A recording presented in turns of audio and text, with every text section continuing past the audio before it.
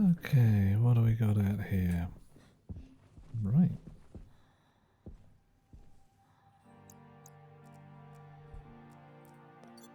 Tools. Options for various things. We're going to do a bit of coding.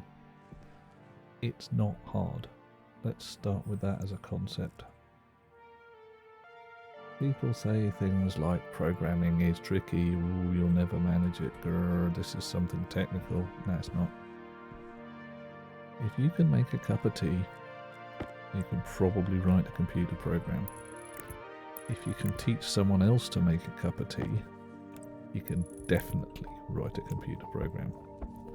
Because that's basically all this is teaching somebody else who doesn't quite know what they're doing how to do something very simple, one step at a time. This is Stationeers. It's a relatively fun game if you like being on the moon and being hideously killed by various things. What we're going to do is set up some extremely simple processes using extremely simple processors, and we're going to program them to do extremely simple things. So, first job, let's have a look at how we do that in the game. You're going to need some of these IC housings. They're made in the electronics printer and they house a chip. It says circuit housing here.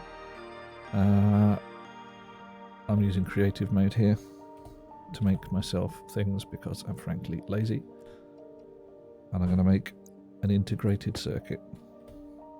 Doop. There it is. It's a chip. Little tiny thing. It's got 6 legs and it fits in the socket. Boop. There it is. In, out, in, out. When you pick it up, you see it says 0 bytes. That means it hasn't been programmed. It's got nothing in it. That means it's not going to do anything. That's fine. We don't need it to right yet. How do we program it? A laptop. You can make one of those in the electro printer as well. Clear a batch of that. This is the programming interface. It's a bunch of lines where you can type. Hello, I am typing some stuff. That's come up in red because, strangely enough, that is not valid code. Surprise, surprise. If you want to put some human readable stuff in there, put a hash on the front of it. That means this isn't stuff for the machine, this is stuff for the humans to read. Right. Confirm that. Leave that there. What are we going to do? We're going to make the most simple possible thing. We're going to make a light switch. And, you know, alright, that's not particularly tricky in and of itself, but it shows how to do a bit of a program. So first, we're going to need light. Creating a light.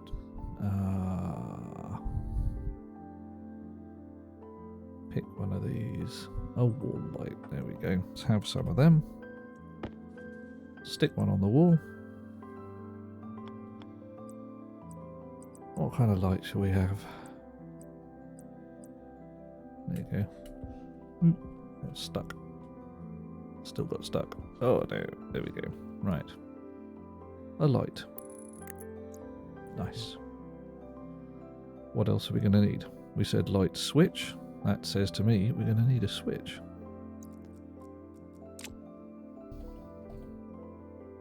Have a switch.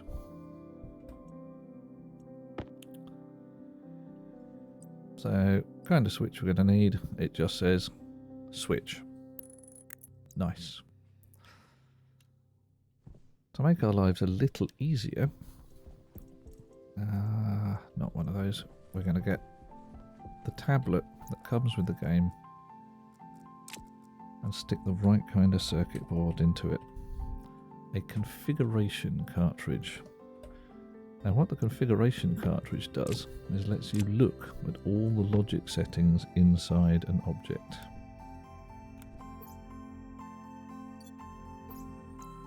So pop that in there, switch it on. What does logic settings that a block has? Nothing. Logic settings for an IC housing. Is it activated? Is there an error? Various knobs. The thing at the bottom is the one we're going to look at. Setting, because we can fiddle with that from the code. A switch. Is it open? Does it have a setting? Is it locked? Locked means can't be fiddled with by the user, by the player. You can make a switch that can be just stopped working. Light. On or off. Does it require power? Those are the ones we care about right now. So, wiring. I've got here a creative mode generator. It just makes power. Doesn't matter what you've got in your box. You're going to need something to create some electricity. Solar panels, Stirling engines, whatever you are at, advanced or primitive wise, you're going to need it. The IC housing requires power and connects to data signal, which is the little 3 green blobs. The light connects to power and signal. The switch connects to power and signal. So let's wire them up. Dum-de-doo.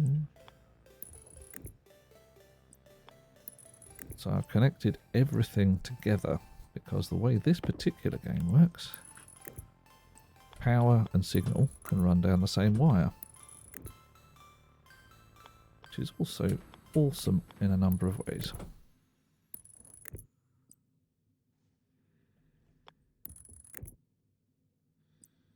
Wire, wire, bit more wire. There we go. Right. Now you see the light is on, and you can just turn it on and off by pressing that, but we want to do it by turning this. Doesn't do anything. Doesn't matter. I'm going to make it do something. Here is where the magic begins. Get our laptop out. Grab the chip out of the socket. Pop it into the laptop. Enter the editing suite, the IDE, Integrated Development Environment, whatever you want to call it.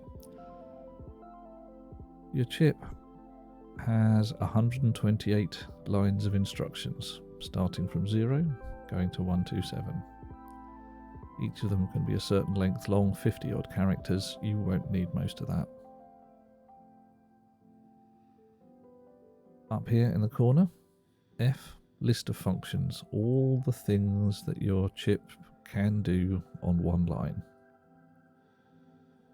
A list of logic variables that might be useful to you for looking at various objects in the world, and a slightly esoteric thing that's specific to the game, slot variables, when you're looking at a particular slot in, say, a silo or a vending machine or something.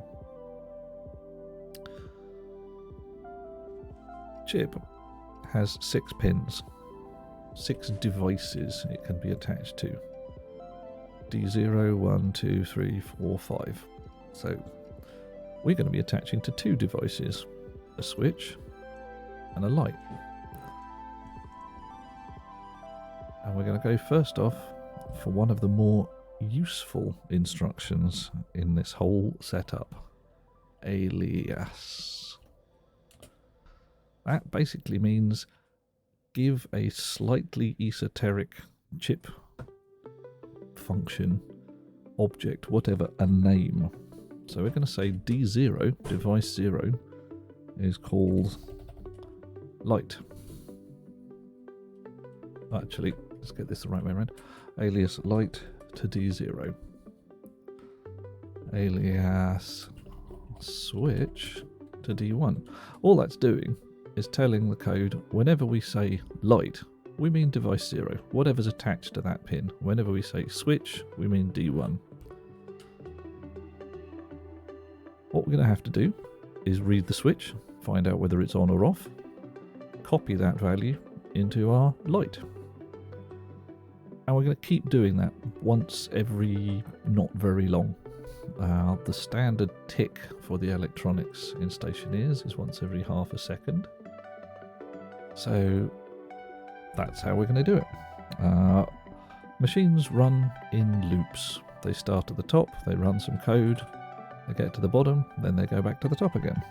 So we're going to start with loop. Now the colon on the end here, that double dot there, tells the thing that's a label. That's a place in the code where we're going to want to come back to or jump to and remember it. Give it a user-friendly name. Next comes the actual first real instruction. It's a really difficult one to type. Are you paying attention? It is L. L means load.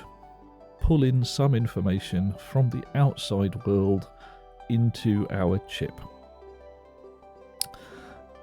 That gets stored in a thing called a register, and your chip has, I believe, 15 of these.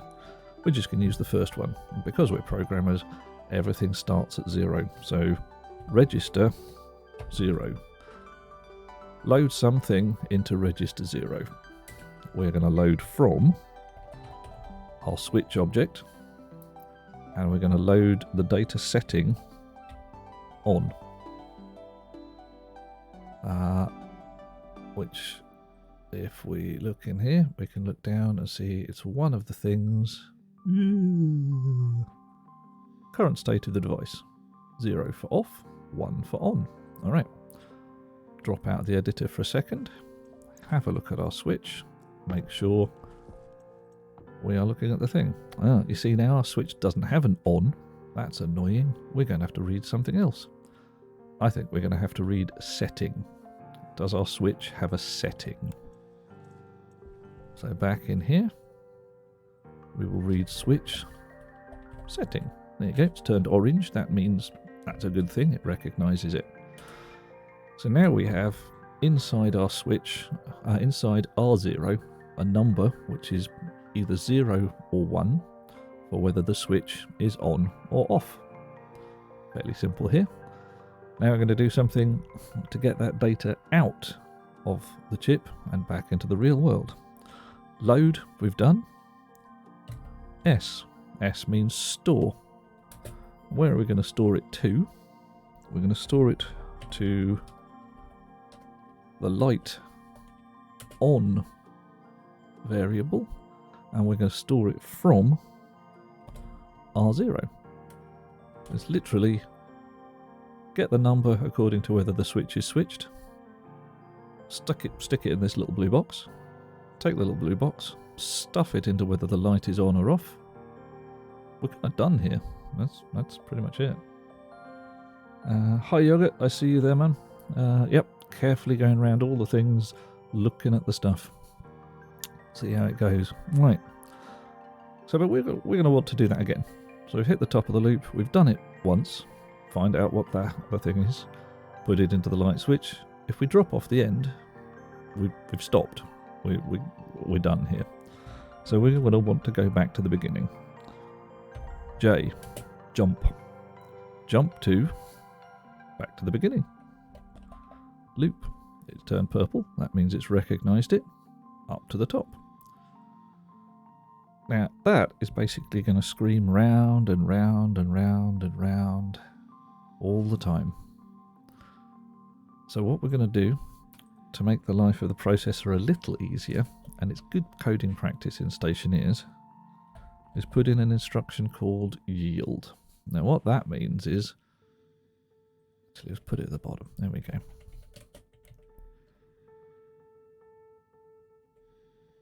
Get our switch setting, feed it to the light, and then, we're done here. Let the rest of the electronics tick, and then back to the beginning. On the next tick, read the switch setting, feed it to the light, let everybody else do their thing. Round and round and round. Okay, confirm that. That means, essentially save it. Export means pop that code onto the chip, pop the chip out the socket. You see now it says 172 bytes. A byte is one small piece of information, one letter effectively. And I'm willing to bet cash money that there's about 172 letters in our program there. Right. Fairly simple. Back to the socket in the world. Pop it down. Does it do anything? Well, not yet. We haven't told it to.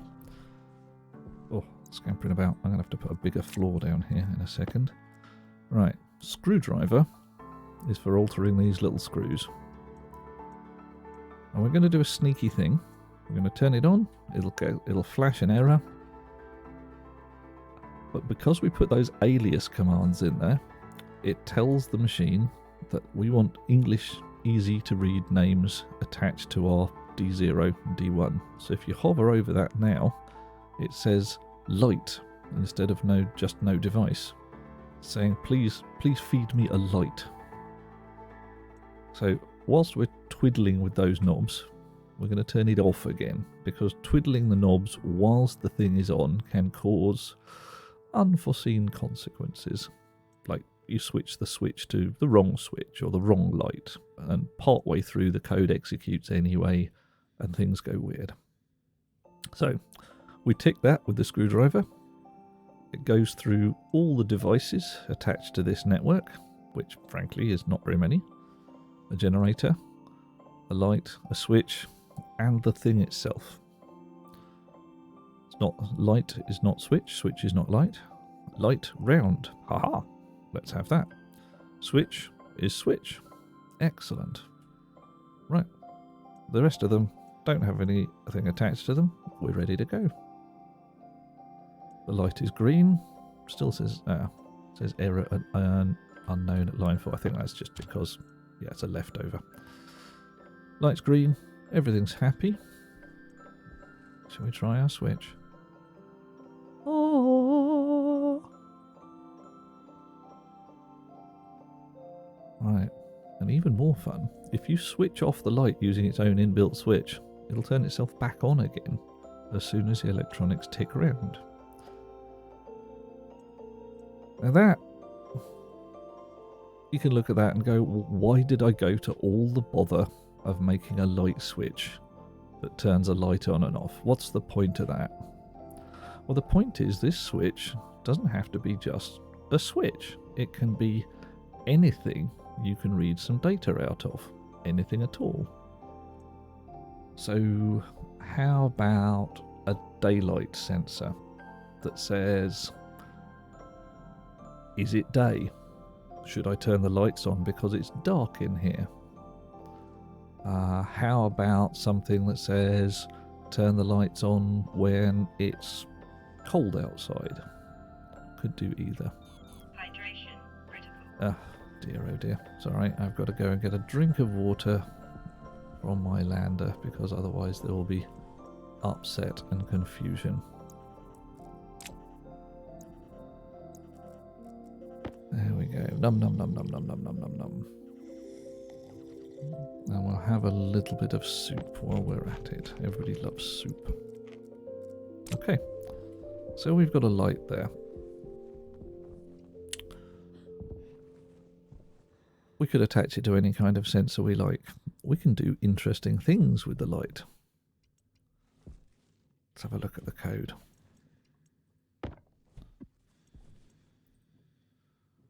So we've basically said, if the light switch is on, turn the light on.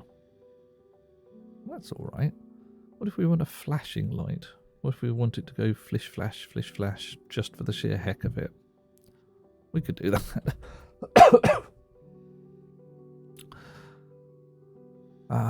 So.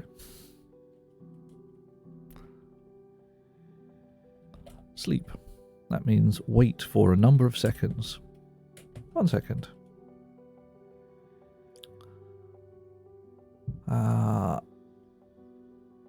I've got ahead of myself here.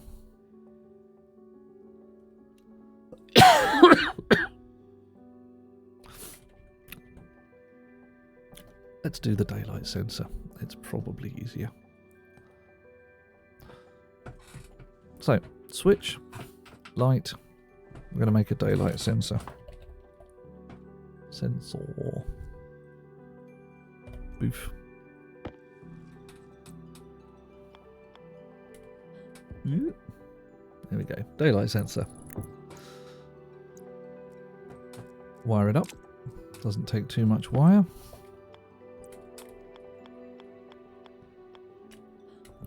It's even easier if you actually get to where you're going.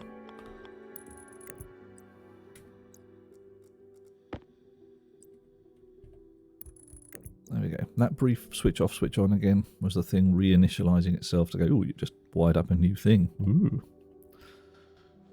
So what are we going to do? We're going to want to say, if it's night, turn the lights on. So let's see what settings this beastie has available for us. We've got a solar angle, we've got a horizontal angle, we've got a mode, we've got an on. It's switched on, that's fine. Looks like the solar angle is probably going to be the one we want. Because I happen to know, with secret knowledge, that the solar angle is 90 degrees plus or minus when that... Actually, we're going to mount it here. I'm going around in little circles here. We'll put it on the floor next to the chip and wire it like that, because the floor is a better place for this beast. Because it allows us to judge the solar angles better. Right. Clip. Snip. Snip. Okay. Right. Read the numbers again. There we go. So you can see that number at the bottom, the vertical angle is changing. 128, 129. Now that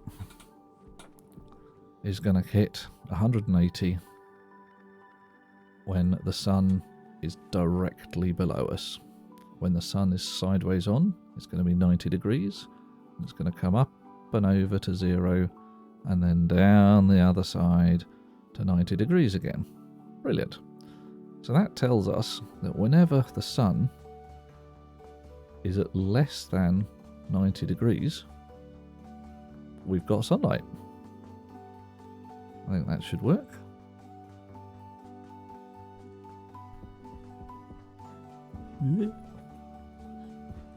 So a couple of sums. Activate is daylight on... Oh, Yogurt, you are a delight. I love you in so many ways. So we're going to cheat. Yogurt has just told us a thing. We're going to do this even easier. So much simpler.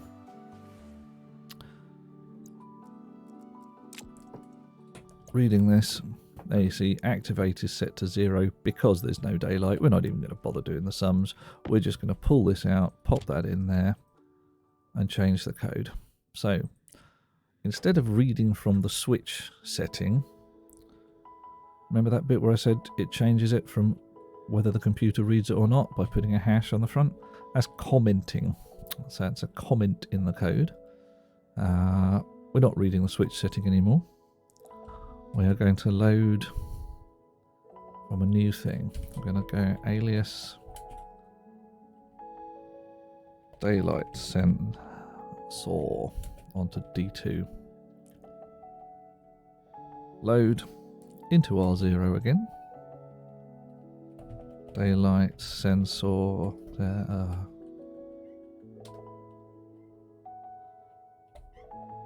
Daylight sensor activate. Right. Now you saw me fiddling with that to get the case right, because all your variables are case sensitive. I have a capital L in here. That's not right. That is. Activate lowercase a, not right. Activate with a capital A. That's right. Okay. So now I have a number in R0, my little blue box, as to whether it is daylight or not. So right now, if I feed that to the switch, it will say, is it daylight? Well, if it's light, turn the light on. Yeah, we don't want that. That's rubbish. That's no good at all. We want to turn on if it's not daylight. Now, joyously, computers, processors are built on logic, and logic is full of things like ands and ors and not. That didn't work. I was expecting a knot in there.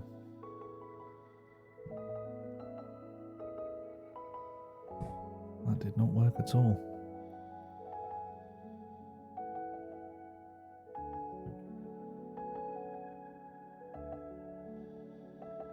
Ruined it. Ruined the whole thing.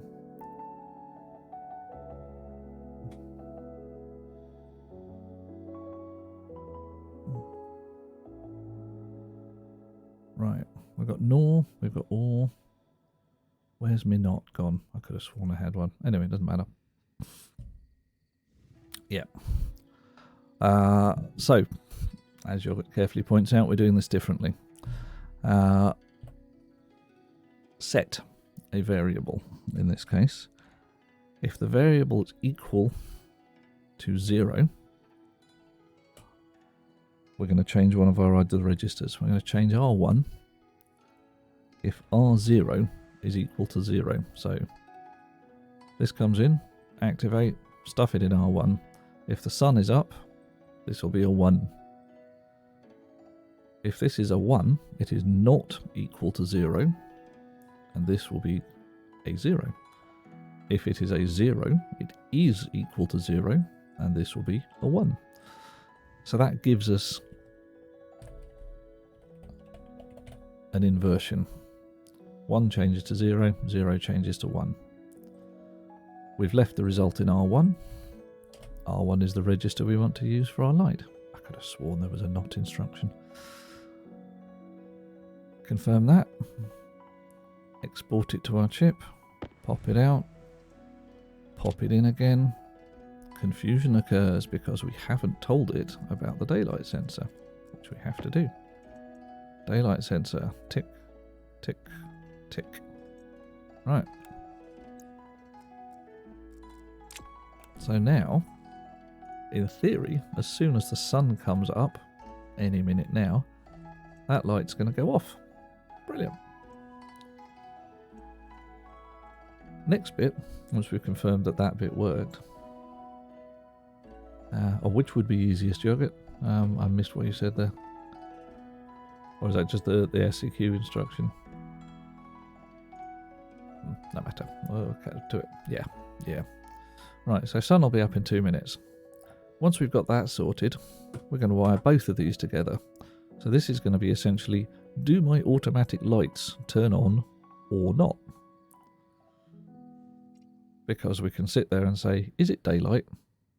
Yes. Or I don't want the lights. Is it night? Have I turned the automatic lights on? Yes. If both of these things are true, then the light comes on. It's night and I've switched the switch. If it's not night, we don't want the lights. If I haven't switched the switch, I don't want the lights. And we'll put those together. That's going to use an AND instruction, which I do know exists in this game. So it should be a lot easier to work with. Right. Brief pause to watch the sunrise. It should be real soon now. Look at that. 112. As soon as that hits 90 degrees, the sun will come over the horizon.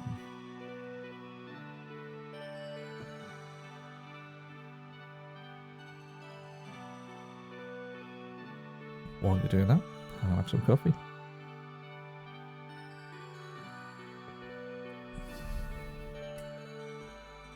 Okay.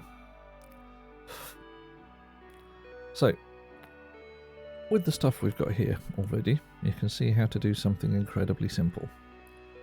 Ifs and buts and ands and ors. Once we've got these two together, shall we try something a little more complex? Only a little more. A couple of sums to drive an object to do something.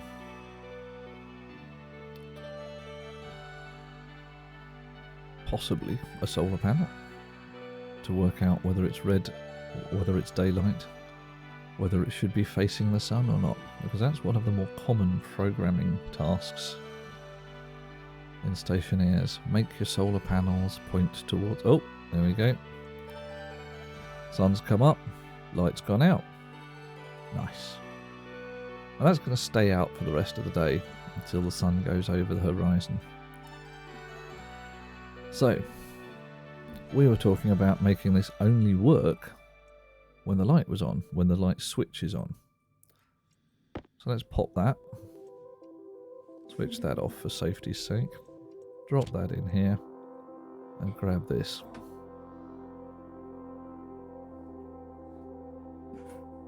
So what we've got here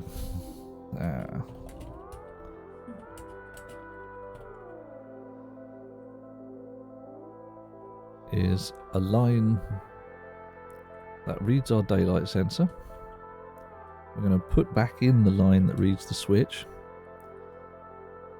We're going to reuse R0 because you can use a register again and again and again, just whatever you want to use it for. So long as everything you want to preserve you keep somewhere, you don't throw away the data that you've already got that you want, you can reuse a register. So I'm not going to use R1 because I've got a value in that I want to keep. I load R0 switch setting. So now I have a number in here which is 1 or 0. I have a number in here which is 1 or 0. I'm going to make a new number which is, are both of these set to 1? And joyously, that is a nice simple instruction to understand. And now we're going to store our result in R2. We could store it in R1 or R0, but we're just keeping everything clean for the moment. Store result in R2 if R0 and R1 are set true. Right, so put comment here, is the switch on?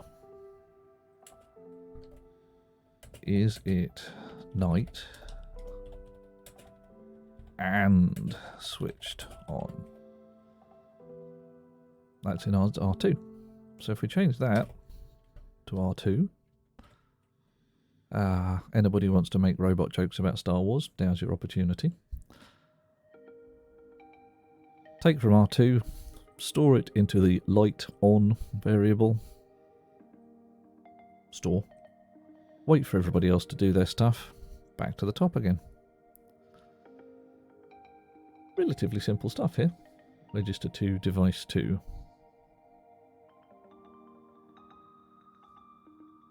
Okay, I'm confused, Yogurt. Did I type the wrong thing? It looked good to me. What did I just type? R2D2. Oh, good grief. You did make the joke. You went there. I'm dead now. Killed by hideous pun. Right. We're now up to 320 bytes. So it's not bad. Pop that in there. It's not even noon yet. So switch that back on. Strangely enough, the light stays off. It's supposed to.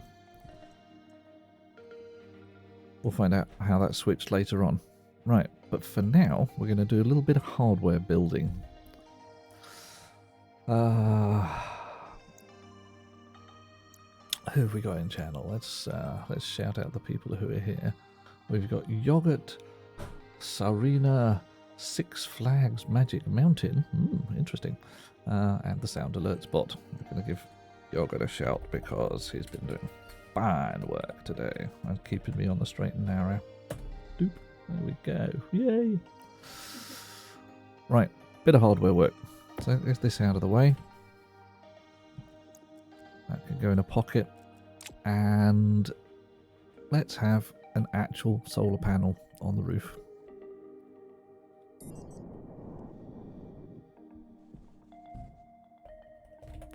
Solar. Item kit solar panel. Thank you very much. Whole stack of the damn things. Well, that's fine too. I'm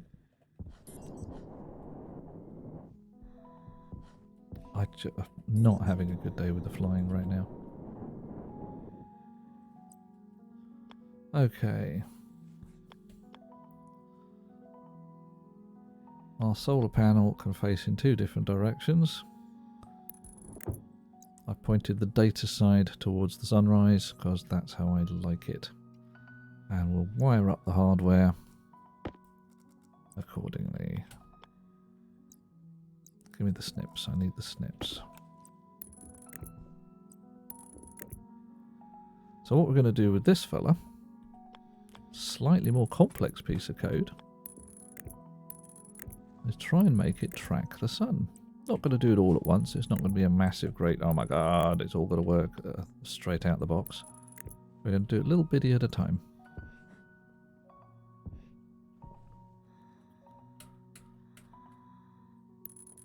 Wire comes down.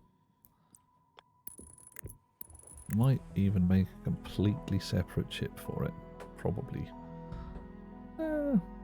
Yeah, a separate chip, but we've got our daylight sensor here. We may as well use it.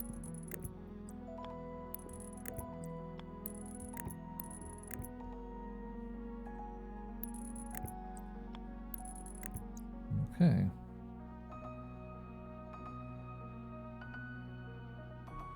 Yogurt. It can take off, but there's a lot of people out there who want to learn stuff, but there's a lot of people, frankly, playing different games. There's a lot of people who just like to watch stuff go boom. And this is not really much of a booming... Well, okay, it is a booming game every so often, but only when you make a mess of it. Right, so you've wired up both power and signal again. That switches on, complains because it's got an error in it. And we're going to have another integrated circuit. Now, one of the most delightful things you can do to make your life easier is give things names, because all of this ticking through the little spots of stuff doesn't help if you have 50 solar panels or whatever. So this is going to be solar IC, and this is going to be light switch IC. That's called daylight sensor, perfectly sensible. Light switch. Light. And that bunny up there is solar panel. Okay. Now our solar panel needs a piece of glass to finish it off. And boop. I get tangled. Here's one I prepared earlier.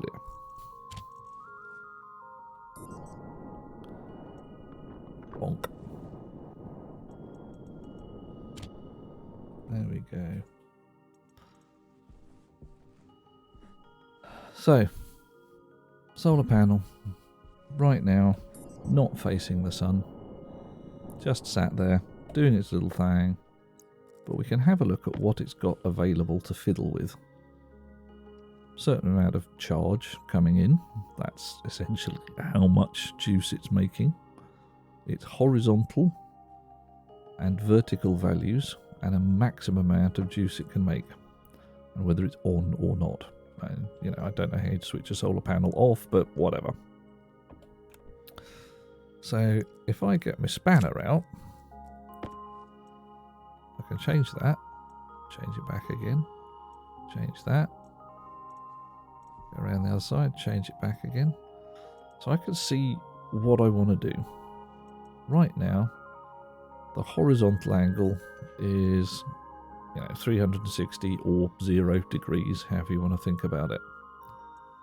And the sun is going from over there to over there.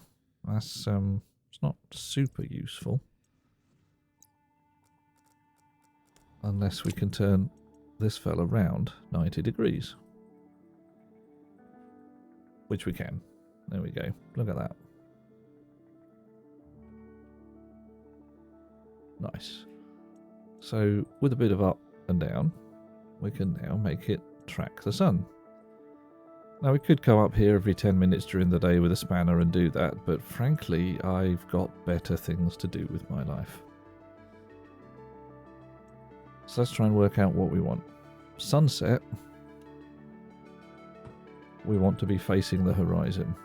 So our vertical needs to be either 0 or 100. Because either way, it's going to work. Sunrise, it wants to be the other one, either 0 or 100. And this wants to be pointing the correct way. So I reckon we've got some shenanigans available. Joyously, look at that. It's got night. Our light's switched on. Gah, it's almost like it's working. If we turn the switch off, does it work? No, it does not. Something ain't right. Did we pop this code through? Did we not do it? Debugging time. We read the daylight sensor. We make a value to say, is it 0? We pull the switch setting, see whether the switch is on. We take if R1 and R0 are both true and put those into R2, and we stuff those in that value into the light. I don't think we blew this properly into the thing. I think I may have forgotten to hit the export button. There we go, 480 bytes, much more data in there. So now, yeah. So we wrote the code, didn't program the damn chip. That was dim. But we now have, do my automatic lights switch on or not? Nice. Next chip, solar panels. We're going to read a daylight sensor. We're going to talk to a solar panel. Excellent. Chip in the slot. Edit. Clear. So first, alias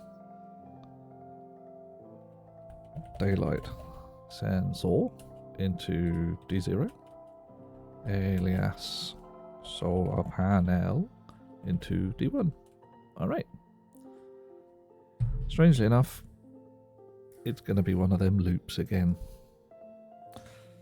So, first job,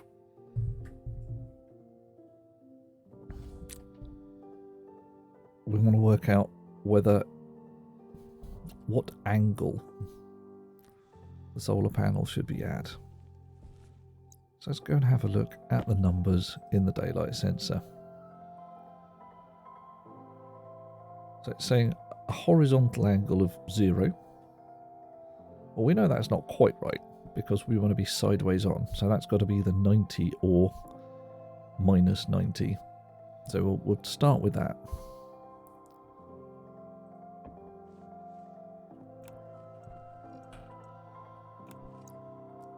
Horizontal angle. So we're going to do this in a loop again. We're going to put our yield at the top so that we know everyone else has done all their thing. And we're going to load into R0 daylight sensor horizontal. Okay, that's cool. Now we know we need to turn 90 degrees. So we need to add a number to whatever numbers come in there. Add. Leave the result in R0 because we got it handy. And we're going to add two things together. We're going to add R0 and just the number 90. There we go. Add, leaving in R0, R0 and 90. Brilliant. Now we've got that number, we want to feed it to our solar panel. So store solar panel horizontal, whatever we've got in our little blue box, R0. That'll do for now. Jump back to loop. Oh, capital J doesn't do the job, lowercase j does. Confirm. Remember to blow the chip. Pop the chip, 200 odd bytes, pop it in the socket, switch it on. It will complain because we haven't told it who the daylight sensor and who the solar panel are. So we tick through this lot. Daylight sensor, yay! Solar panel, there we go.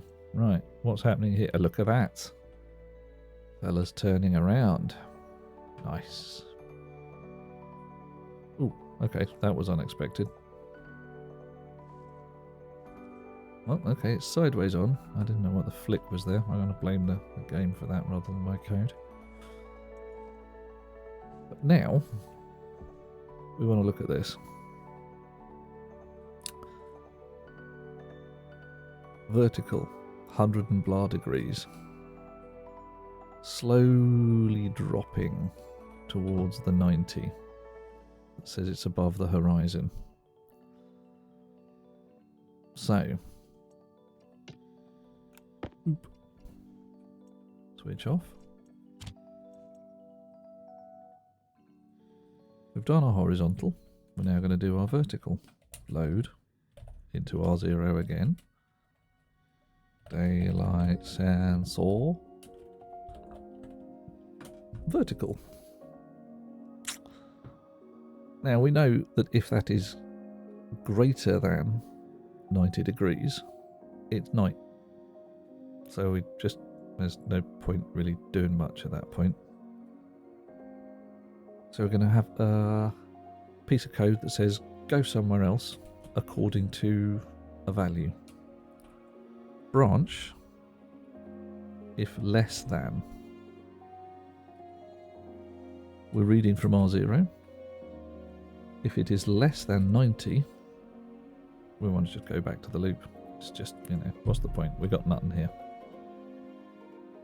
Oop, sorry, branch if greater than. There we go. If R0 is greater than 90, go up to the top, don't do nothing. If it is less than or equal to 90, we're going to change that around because the solar panel, if I pop up here again, solar panel runs its vertical orientation as a percentage. You see 0%,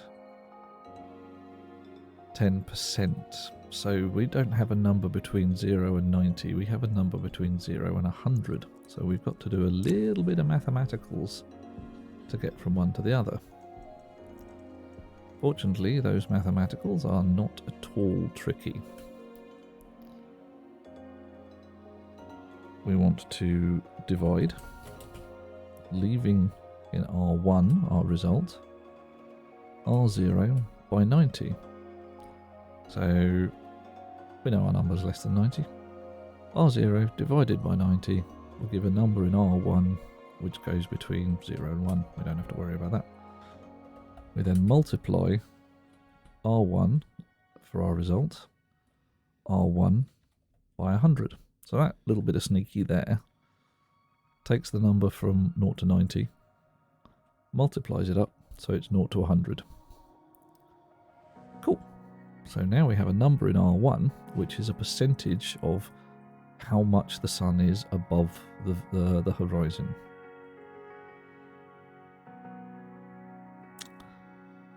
Is that going to work? Don't know. Let's find out. We will store R1 into the solar panel. Vertical. Capital V. Confirm. Export. Grab. Put it back in the socket. Switch on. What happens?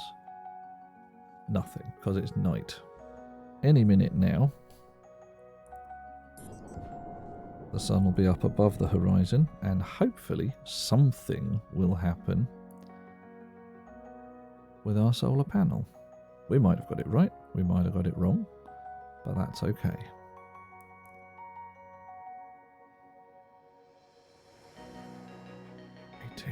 Waiting. Come on. There's that little bright spark coming up above the rock any minute now. None. There we go. No. Hey. No, I'm still waiting. I'm still waiting here. I got nothing. There we go. Right. So now, if we have a look at this, Vertical is 89 degrees, 88, and this is flashing an error because we've got something wrong.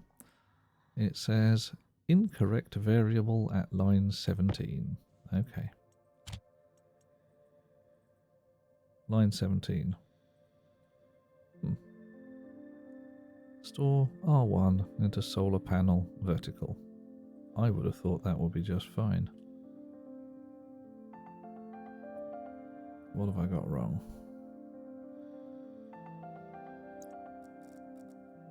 Let's go check the solar panel. Do you have a vertical? You do have a vertical. Why didn't you work?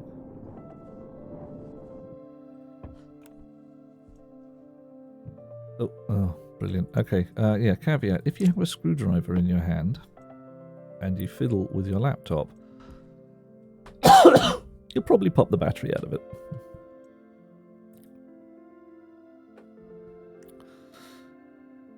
Okay, that's why. I've done it the wrong way around. Store to solar panel vertical R1. That's the thing. Back to the plot. What do we got? Well, that looks rubbish, doesn't it? That looks exactly wrong. So that tells us we're tracking nicely. Look at that. Look at that lovely tracking. But it also tells us that we've got our solar panel back to front. It's facing away from the sun rather than towards. But that's the nature of the horizontal. We can change that really relatively easily. Because where we have here, add 90, we can just subtract instead. Confirm, export, pop the chip, drop the chip. What happens? Must have missed it turning. Oh well.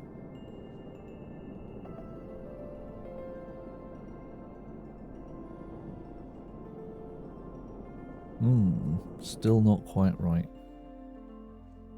See, look at that.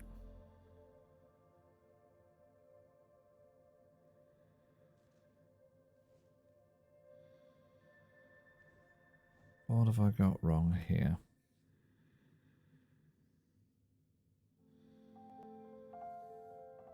See, because it's carefully turning away.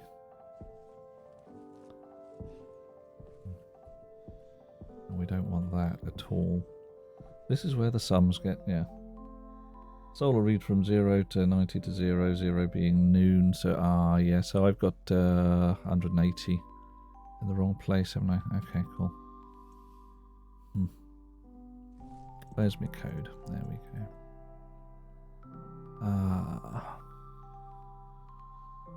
So, at 90, when the sun comes up, I want my solar panel to be at 0. And at noon, when it gives me a 0, I want to be somewhere else. Sorry, click, bot, crunch. I'm going to cheat a lot and just pull in one I wrote earlier because my brain's just fried.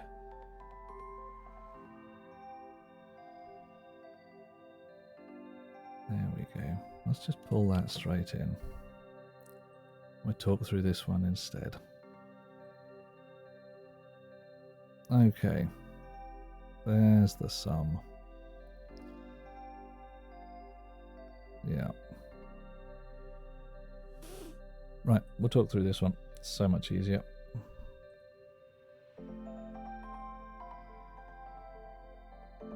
Panels, 0. Sensor, device 1.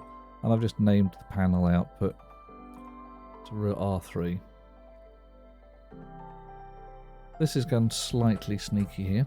We're loading into register 3 from device 0. The hash of the panel. What kind of object is attached to device 0? Start up, set the panel verticals, set the horizontals to face the sunrise, like it says, minus 90. Remember that subtract 90 we had? I've got a loop for night, assume it's night, sleep for 10 seconds, cut power to the processor, load into R0, the daylight sensor vertical. If it's greater than 90, it's still night. Just go round here waiting for day. I could of course change that to activate, as Yogurt told us earlier, so may as well do that right now. Activate. EQ0 branch, if equal to 0, back to the night loop. It's just a nicer, neater way of doing it. The day loop, we read the sensor vertical.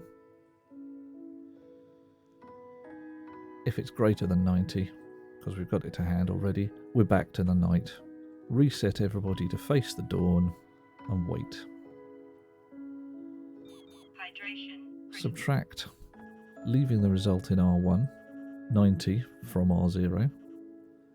That's why I got back to front. I subtracted 90 from R0 rather than R0 from 90. Excellent. Thanks, Meg. I've worked out where my brain is messed up. And then we're multiplying, leaving in R2, R1 by 0.555, which is a number. Give me a sec to...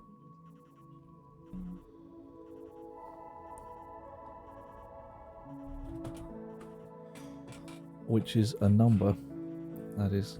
oh, I've just been passed another letter. That transforms our 90 degrees up and down into a percentage.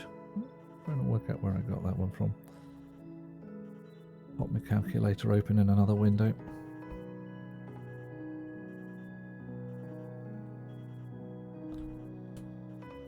Uh, 1.7, yeah, vertical over 1.5, right. Just roll with that, that's the right number for now. It's not 90 over 100, because that would be 0.1. We end up with a number in R0, 0 to 100. Set batch. Now this is the sneaky bit here. You see we stored the prefab hash of the things that are attached to 0. We've said panels. Could be 100 panels. SB is write to everybody who matches that hash the vertical value. So all the solar panels attached. We're still daylight. We load the sensor horizontal into R0. We add 90 to it. We set the horizontal set batch again, so all the panels onto the panel out horizontal from R1. Sleep a second. Go round again. I'll tweak that a little bit while we're here to just put a yield at the top. So we're doing it once every half second. Confirm that.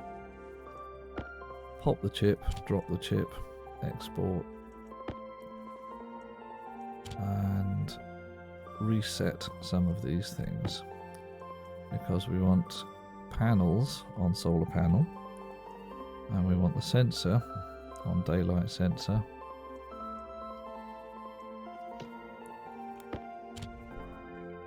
And we should go round again. So, are we winning? It's night, the panels come round to wait for the sunrise, and so should we. Dear oh dear, terribly sorry about that. Everybody got my underwear right in a bunch when that didn't work. So I'm going to try and work out what I've got here. So I've got the vertical.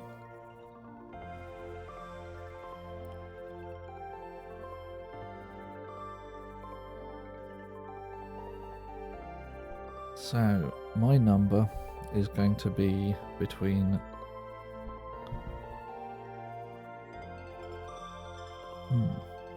90, so it's going to be 90 at noon and 0 at the edges.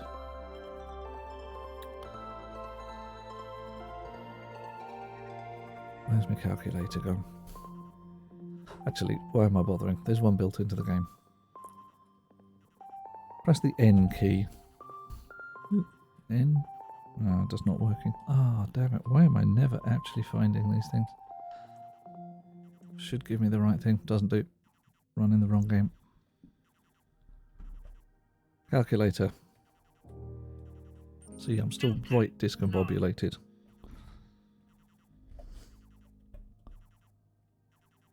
Alrighty, that's what we do.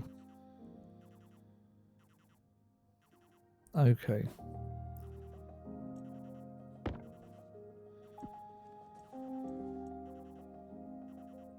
Okay, so what we've got here, this number transforms a number from 0 to 90 into a number from 0 to 50.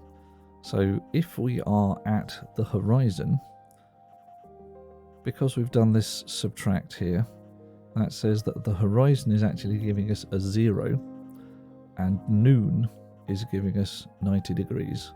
We do this multiply, the horizon gives us a 0 and noon gives us 50.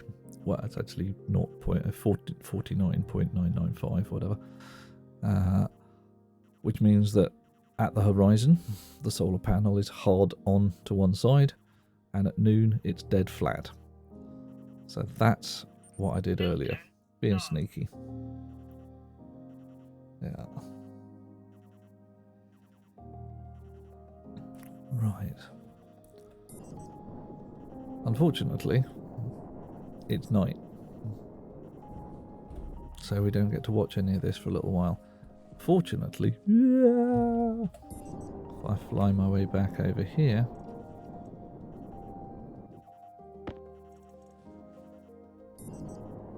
I can do a thing which is quite fun from my personal point of view and add in some extra solar panel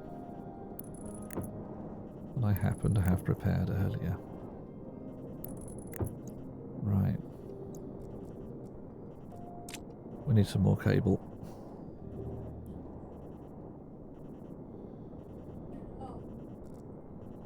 So I have some more cable.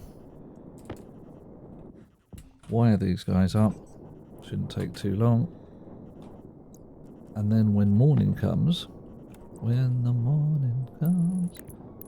we shall have all of our solar panels doing their funky groove thing. Because what that piece of code did is not just talk to the solar panel attached to D1, D0 even. It said, item attached to D0. Tell me what you are. Tell me what kind of object you are. And the rest of the code talks to any object that matches that pattern attached to that network. It's a way of doing things like controlling 10 filters at once to say, if I've got pressure in my filter tanks, I need them all switched on. RTG and the panels.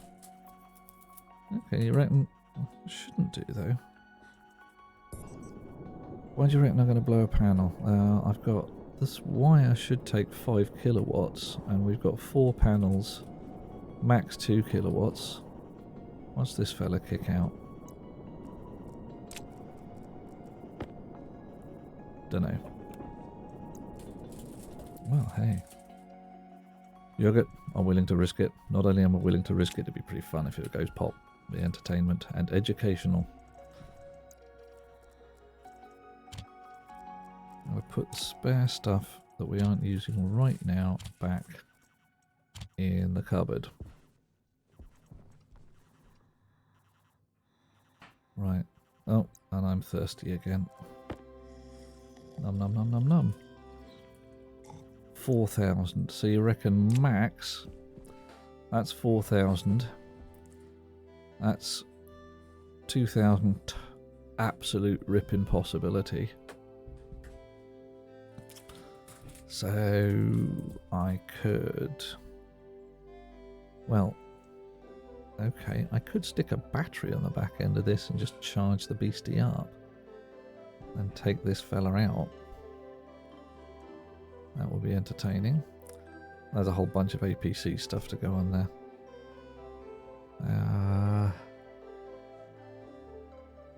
Still waiting. Right. Okay, let's clip the power on one of the panels at least. Oh, we can just... It's already clipped, yeah.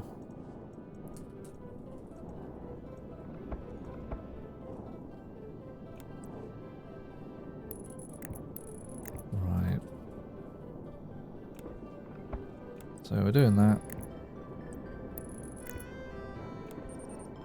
Filter. Low.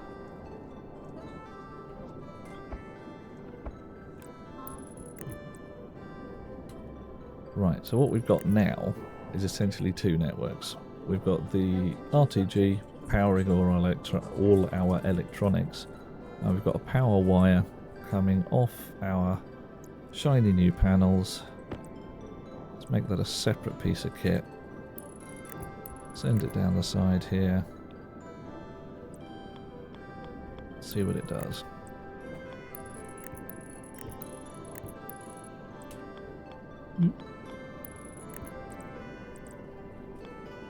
Right.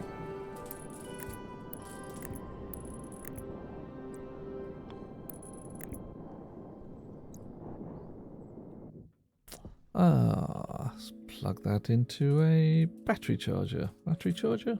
What do people fancy? Hi, Kai Lady, I see you there. I also see Ladybug ×3, which is a bit of an interesting name. How you guys doing? What do people fancy for to be plugged into the back end of this? A battery charger actually might be useful, given my suit batteries. We could have a big station battery. Yeah, why not?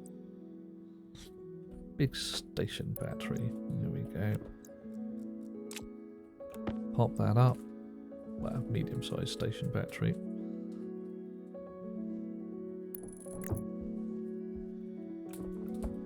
There we go. So power coming in the back.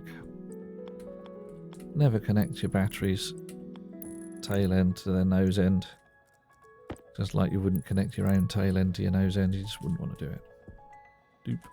So as soon as the sun comes up, we're always waiting for sunrise. That should start sucking up the juice. That's saying it's getting a tiny bit of juice already. We haven't got any bleed, have we?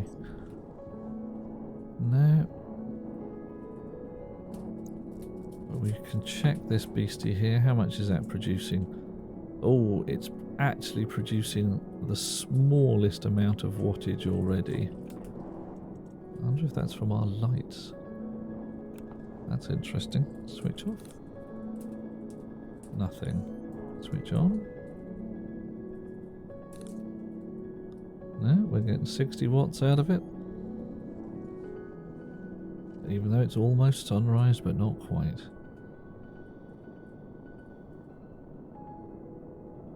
Okay, so we might be missing some wattage on the other panels. Yeah, don't worry about it, Yogurt. I am totally calm about that. Every so often I'm going to screw something up, and like I say, you're holding my hand. May stopping me tripping over and dying horribly. Kind of thing we want. Alright. There we go. Any second now, up comes the sunrise. All our panels do their thing. Come on, you panels, do your thing. Right. What should we go for next? Do a bit more coding. Just something really amazingly simple. Just to get some of the principles down.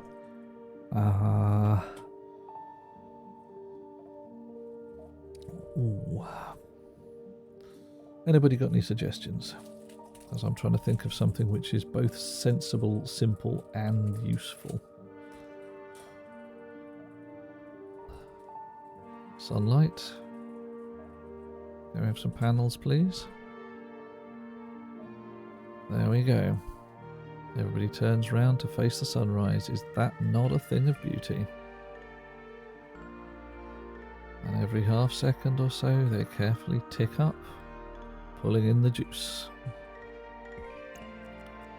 And our battery over here, look at that charge value. Num, num, num, num, num. All manner of delights going on there. Okay. Right.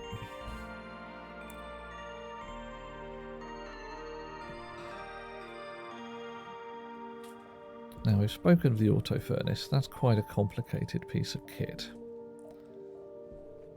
How about we put up something a little simpler? Just a little thingy to show the temperature on a display. Very similar to our light switch.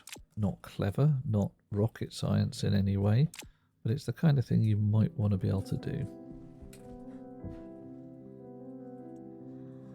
Or actually, even more fun, let's read the charge out of our battery.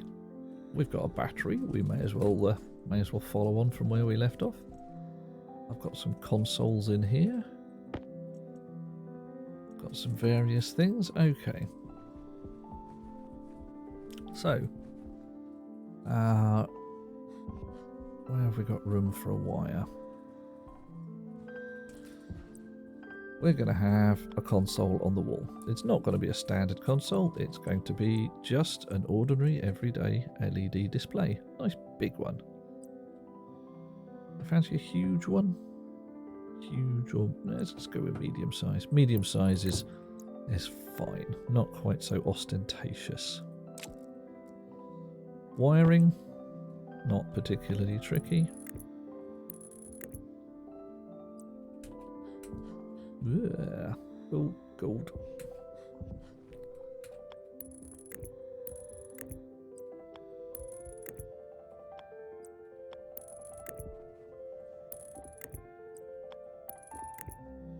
That's wired up, but we're going to need a new processor as well. You're in the way. Come on, you. In my pockets is. So more sneaky creative mode gubbins. Is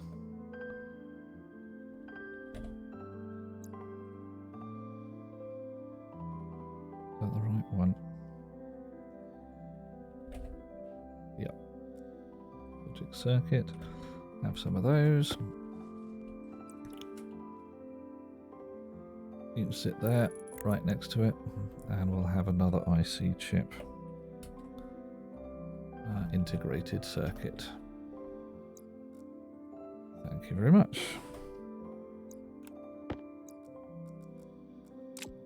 Stick you in the socket to get you out of my pocket. Socket, pocket. One day we'll build a rocket.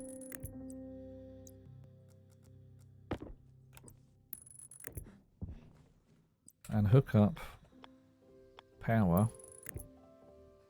Well, okay, this is where I'm going to do something mildly unusual. I'm going to hook the power to a completely different line, because I don't want my chip to fail when this battery fails.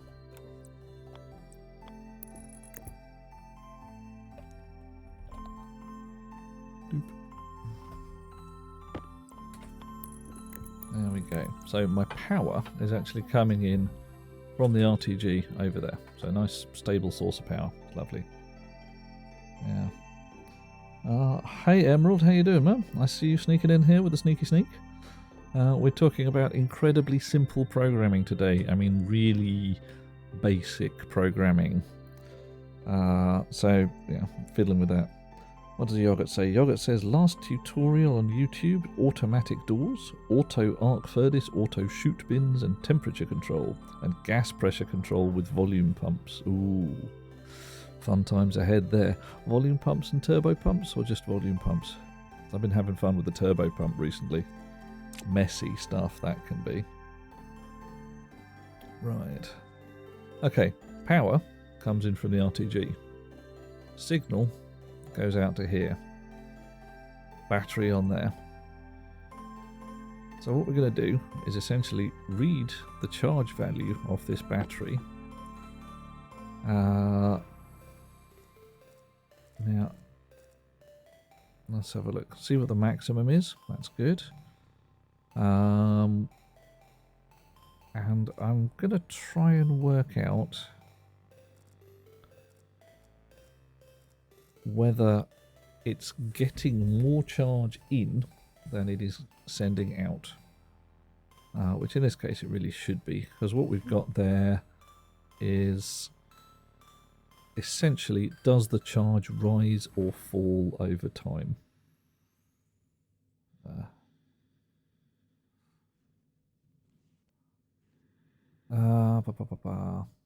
Don't connect the power to the battery overall. Yeah, I can run the whole thing off that, can't I? That's probably easiest.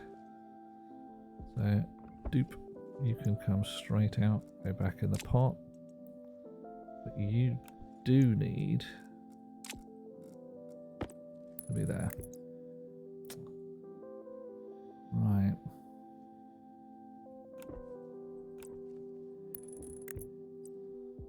Oh, this is going to end up with a mess of wiring. Come on, give me the thing. There we go. Yeah. Okay, don't connect the power at all from the battery. Use the console power from the RTG. Talking about Discord server. Not talk to do. Oh, okay. Someone asking yesterday about clocks on Discord. Yeah, it wasn't me. I was out of town at the time, and it was two other fellas anyway. Right. See, now this is a bit of a mess now, because we've got the signal wire crossing over where we probably want the power wire to come out. So a minor amount of sneaky rewiring later. Oh, sorry. I'm still practicing my coughing and choking. I'm going to get good at it one day. And nobody's going to stop me. Okay. These two have got to cross over. There's absolutely no way to stop it. Topology is not on our side.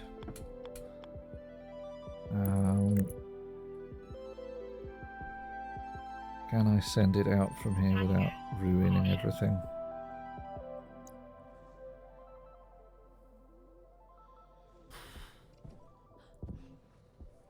Because I really want to connect the signal, which is at that side of the battery.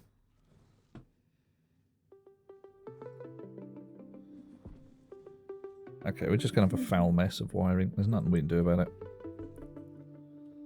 Foul mess of wiring it is.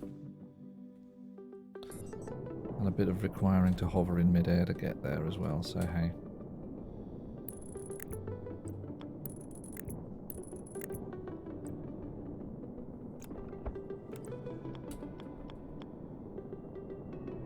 So that's going to cross over. That isn't going to cross over. There we go.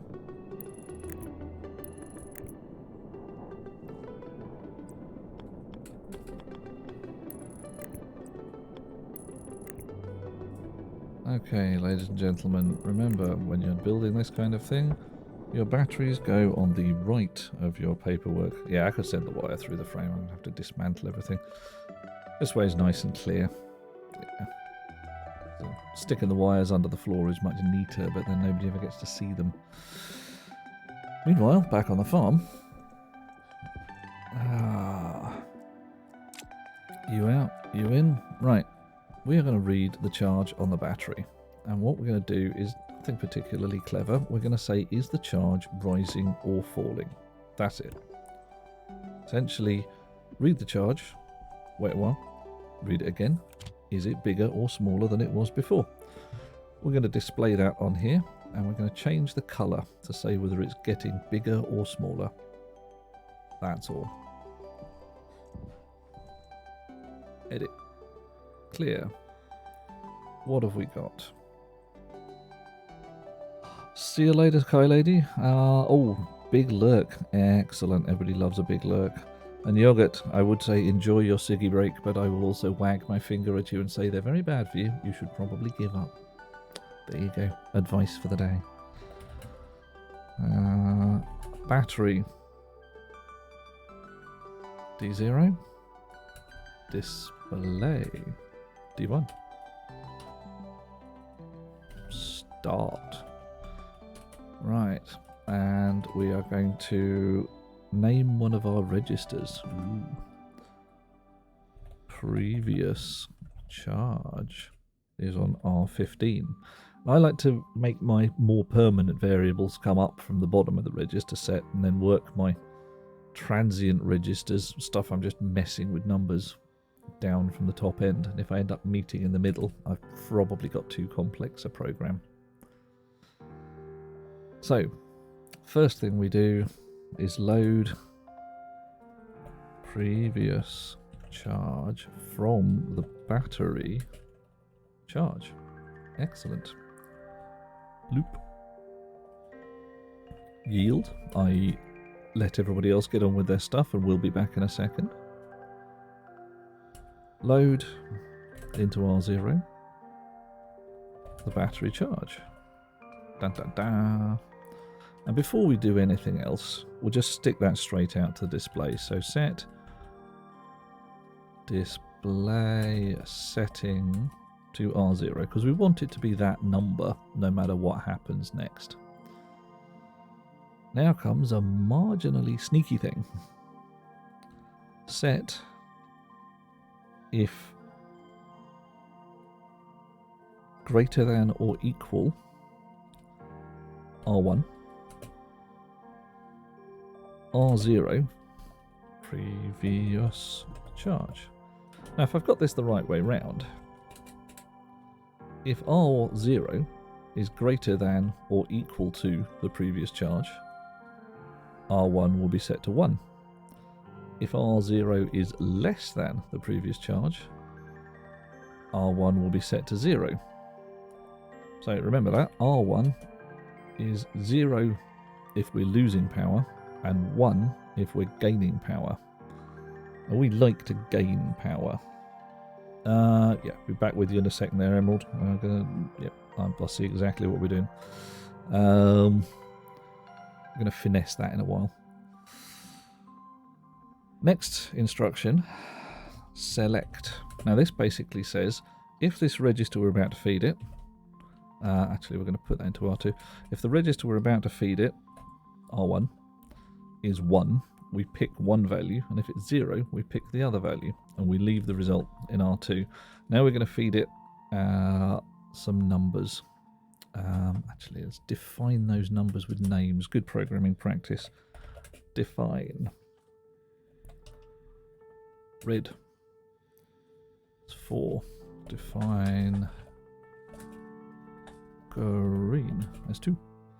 I think we can even check that. Somewhere up here, it gives you the list of colours. There you go. So, colour. 2 is green, 4 is red. Excellent. So, if R2 is set true, it's going to pull the first one.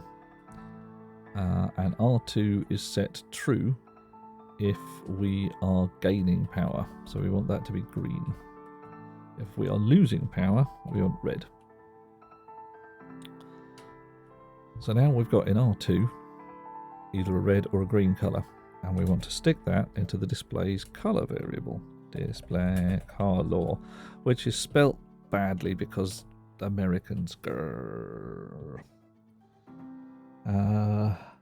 Select has its uses. It's literally choose between alternative A and alternative B.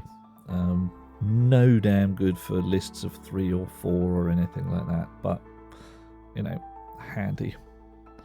So I've set the display color according to whether we're gaining or losing power, and then we will jump back to our loop.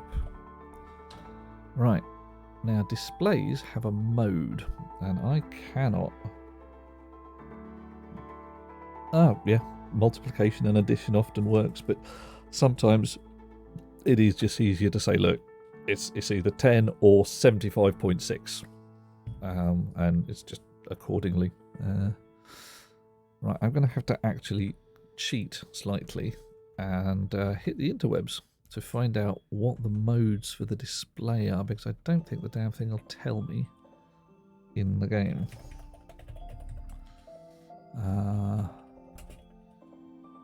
LED display mode. Mode settings on LEDs.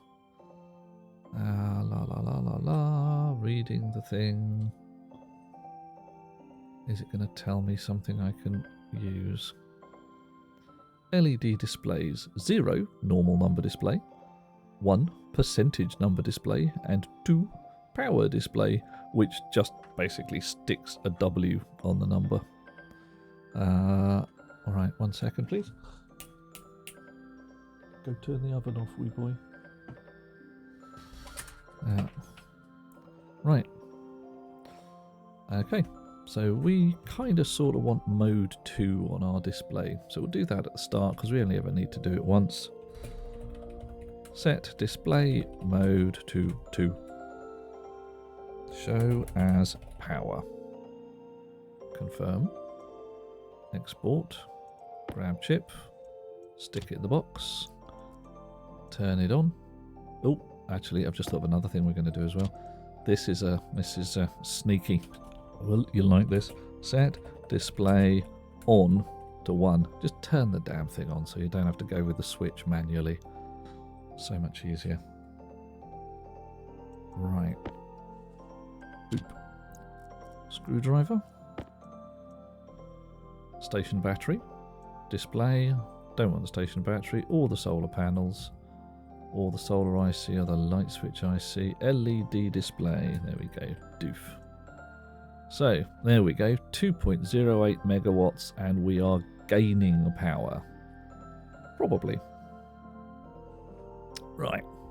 Let's make it lose power. Let's do something sneaky. Boing. For that, we're going to actually do some build it. Don't leave your screwdriver in the box. If you knew the number of times I'd left my screwdrivers in the box. Go, blimey. Kind of a bit more world.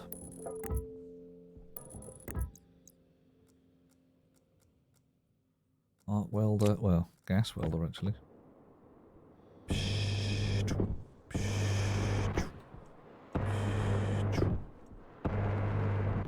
Come on, do it. Right. How much world do I want? Probably quite a bit. Make life a little easier, just have some more space.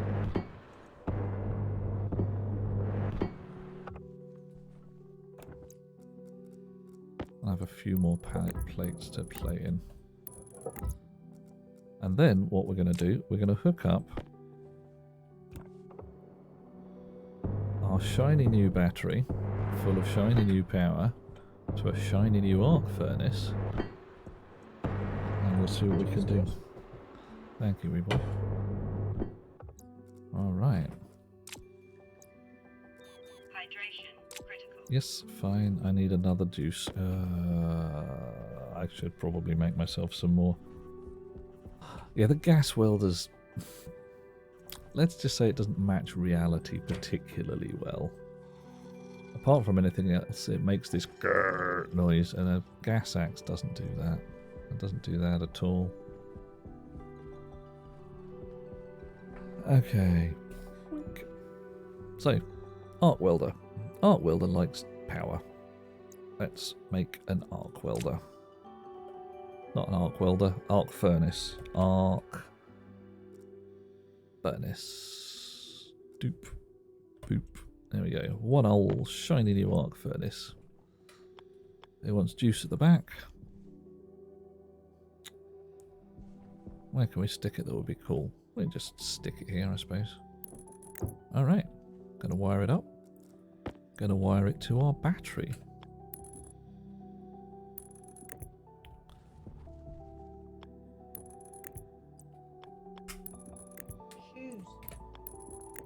There we go. Wiring it all up.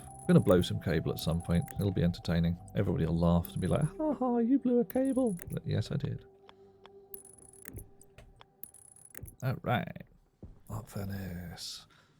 Now, we're still sucking up some juice because it's day. So we've got 2.8 megawatts in there. 2.08, I should say.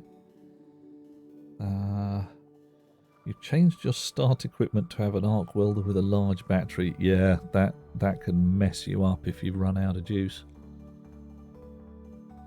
Yeah. Cable fuses. God, what is this? Star Trek?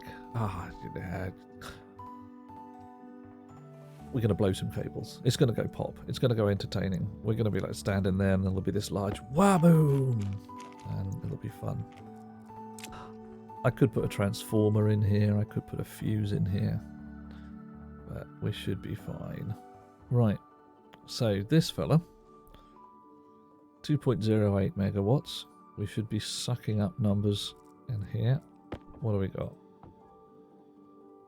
I'm seeing more than 2.08. I'm seeing sort of kind of 2.3 as it goes. So why am I getting 2.8? 2.08? Is this not working? Dun, dun, dun. Incorrect logic type at line 15. It isn't working. It's worked a bit and then it's stopped working. Edit. Line 15. Set display setting R0. That kind of looks logical to me.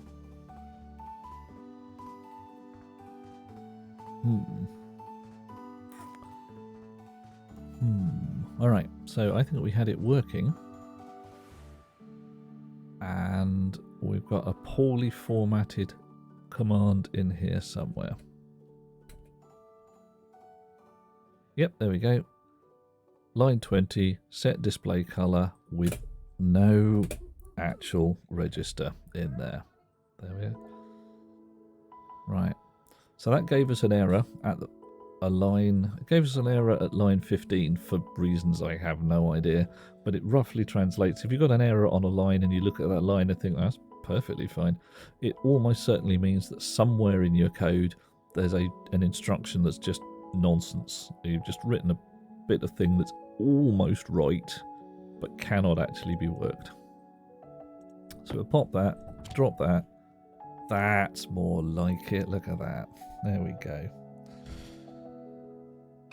Errors of programming. Yeah. Anybody tells you that all their code works first time every time, you not only have my permission, but indeed instructions to look at them with your eyes and raise as many eyebrows as you can get. If you need 6 friends stood behind you with all of their eyebrows, you're going to need it.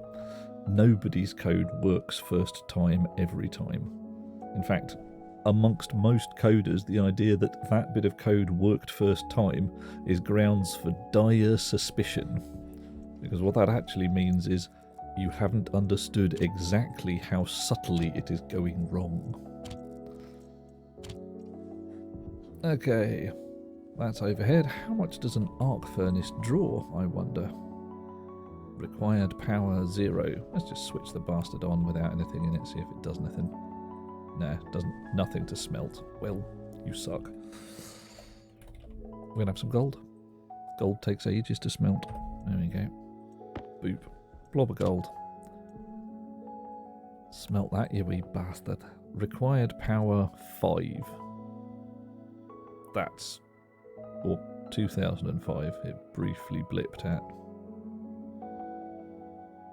Yeah, so every so often it needs an absolute shed load of power. Right, okay. We're still in profit using our massive great wedge of solar panels until poop. No power coming in. So 3.01.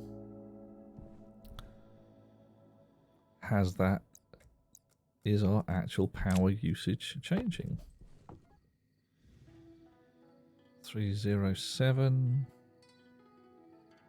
1219. Yeah, that's dropping gently. So why has that not changed to red? 300. Clearly I have something wrong.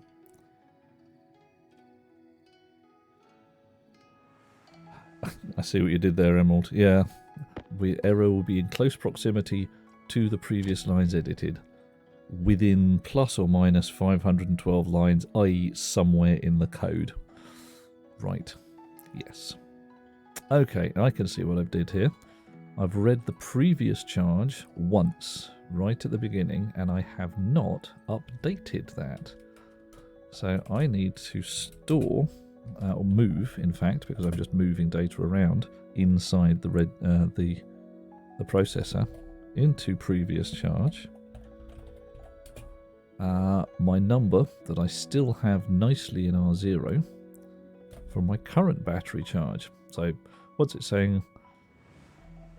Read the charge, set it to display, change the color, remember that as the previous charge, go round again. So the whole point of the code that I wrote was completely obviated by forgetting that bloody line. There we go. 2.98 dropping. Oh no, we're losing power. How bad, we're all going to die.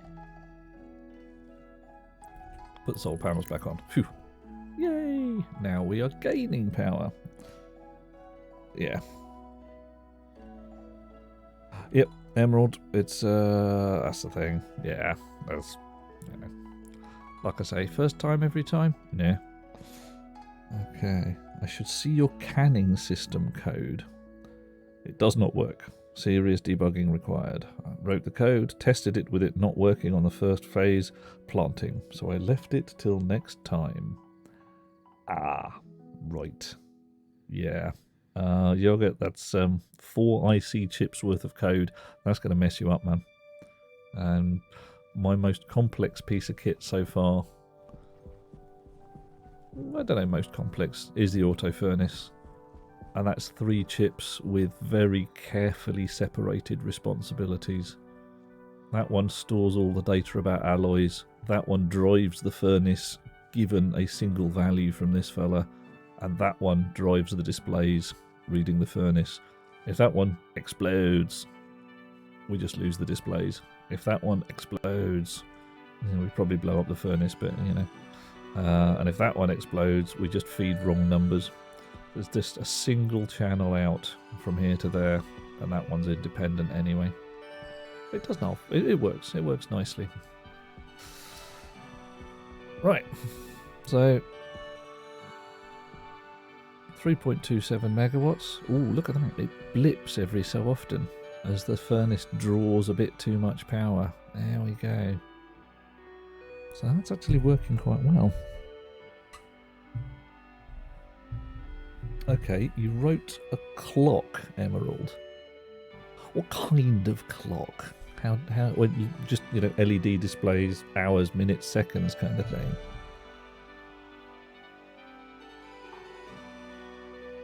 Because I can see how to do that, but I've got no source of a sensible timer in here. At least not that I know of. If you're just starting and counting. Yeah. So is it literally start at one point and count, tick, tick, tick, see what happens? Oh my. And Yogurt wrote a 4-chip custom airlock that worked almost on first try. Almost is reassuring. So what I'm looking at here is my light is on. And I'm fairly sure it's day. So what's going on? Da da da! This is saying activate 0, even though the sun is still up. What is going on? How can this be? Is it because it's in shadow?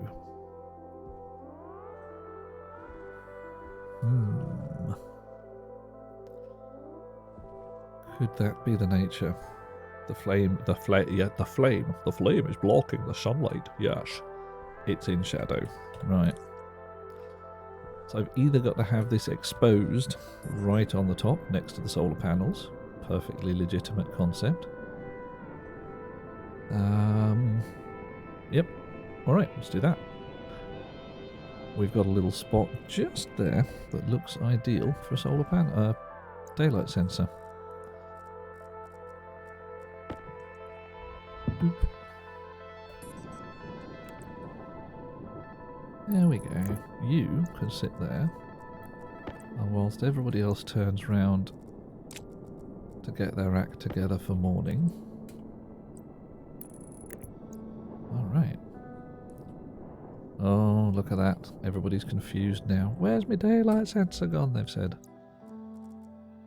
So we'll go in with the screwdriver, switch these fellas off for a brief moment,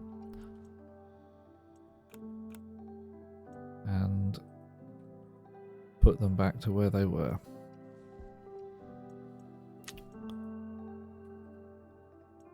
Switch, daylight sensor. Okay. Boop. Boop again. Alright. So you see what happened there? I unplugged it, plugged it back in again. All the chips lost their rag because, frankly, I'd stolen one of their toys. There we go. And it's night. And everything's working relatively well. Yay. Okay. Daylight sensors don't need to see the sun. They have the values internally. Just don't show them on pointing at them. Okay. So at what point was I getting... I was using the activate value emerald, which I'd normally use the angles. But the activate was showing 0 even though the sun was up. Any idea what the mode is on one of those things either? Mode is daylight sensor mode. Not quite sure. Okay. Right, so our battery is now full.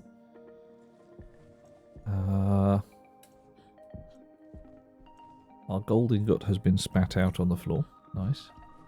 But it's still showing a drain because I've got the arc furnace switched on. So I could, with a little shenanigans, add a little bit of line in here to say, well, green is good, red is bad. How about we put in there for yellow is nothing special. We'll put a slightly tiny piece of code in here. Right, so we're going to have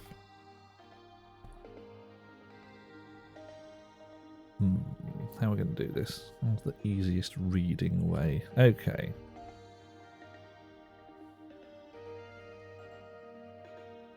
Different charge. So this one is going to display according to the charge being different. So we're going to say branch if equal R0, current charge in the battery, previous charge, and what we actually want is branch if not equal to different charge. Right, that should be easy to read. So if it gets the number out of the battery and it's not the same as the previous charge, it has to choose red or green, and it'll go down here. If it is the same as the previous charge, it will essentially ignore that jump instruction and end up here, where we will set the display color to yellow and jump back to the loop. We haven't defined yellow yet, so we'll go down here and look for yellow. Oh, hang on. Yellow is number 5. Yellow's number 5. Yellow. 5. Yellow. Alright.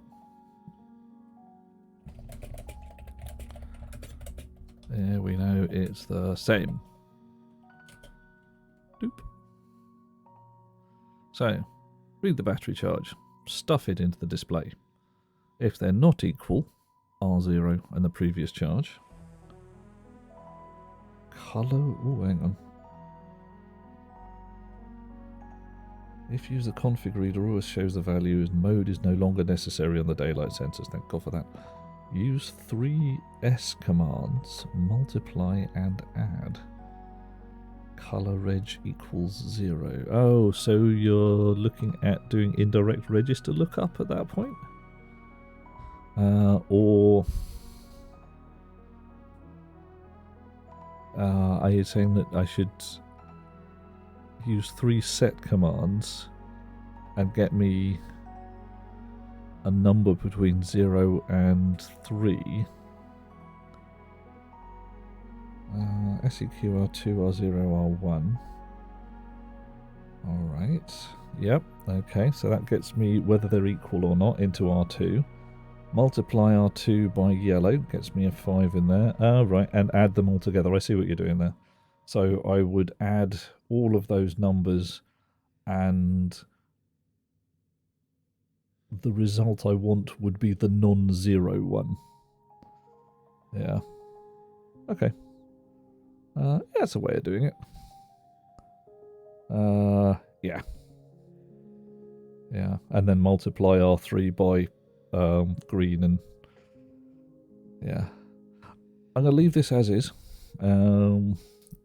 Reason I'm doing it this particular way is this is nice readable. This is code for people who've never been here before. I'll do your way in 2 seconds and add them all together. Right. Confirm. Export. Drop.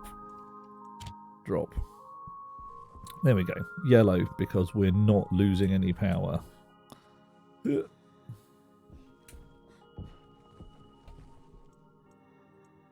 Red, because we are. And as soon as sunrise turns up, we'll probably gain some in green. Yeah. So, those of you listening in chat, watching, whatever. Let's actually go through what Emerald is saying there in here, because it's a different way of doing things. It's not. In some ways, it's better because it avoids branches, which in real processors are just horrid. Can make the code quite delightfully opaque, though. So we have R0, which is our current charge, and a value in our previous charge. So we're going to set equal R1, R0, previous charge. Set greater than into R2, R0, and previous charge, and set less than into R3, R0, and previous charge. Right, so you can now see I've got 3 values. If they're the same, R1 will be set to 1. If I've got if I've got charge incoming, R2 will be set to 1, and if I've got charge outgoing, R3 will be set to 1. So if I add all of those together, I am going to get a 1. So I will add into R4, R1 and R2. Okay, and then I will add into R4 what I've already got in R4 and R3. Right. So if I add all of those together, I will definitely get one of those set. So R4 is going to end up as 1. That's no bloody use to me at all. I want different values. So multiply, leaving my result in R1. This is my equal value. If R1 is set, I want yellow. If R1 is 0, I'll end up with 0 in there.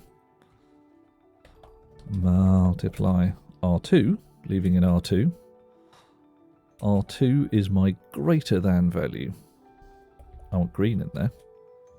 Multiply R3, leaving just R3 red. Right, so what's going to happen?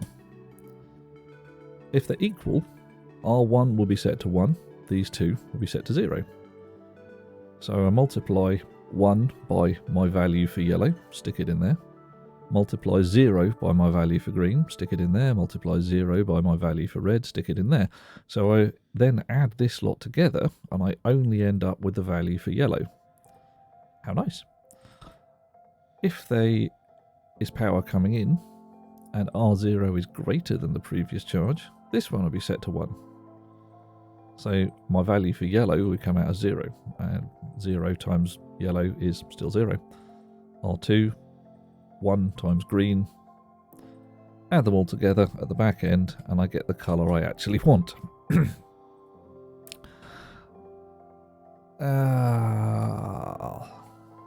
Which means I can just delete all of this code here.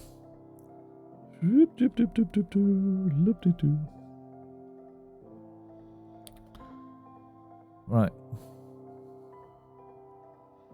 So we've done it a different way. I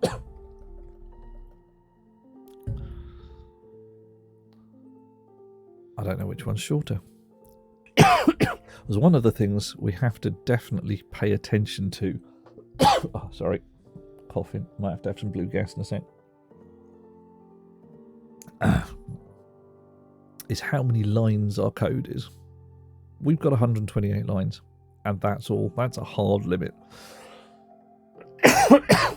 There are some people who eventually end up losing the aliases and the defines at the top because they just want to cram those few more lines of code in there, and they're willing to just say, sod it, I'll just refer to D0 and D1 all the time.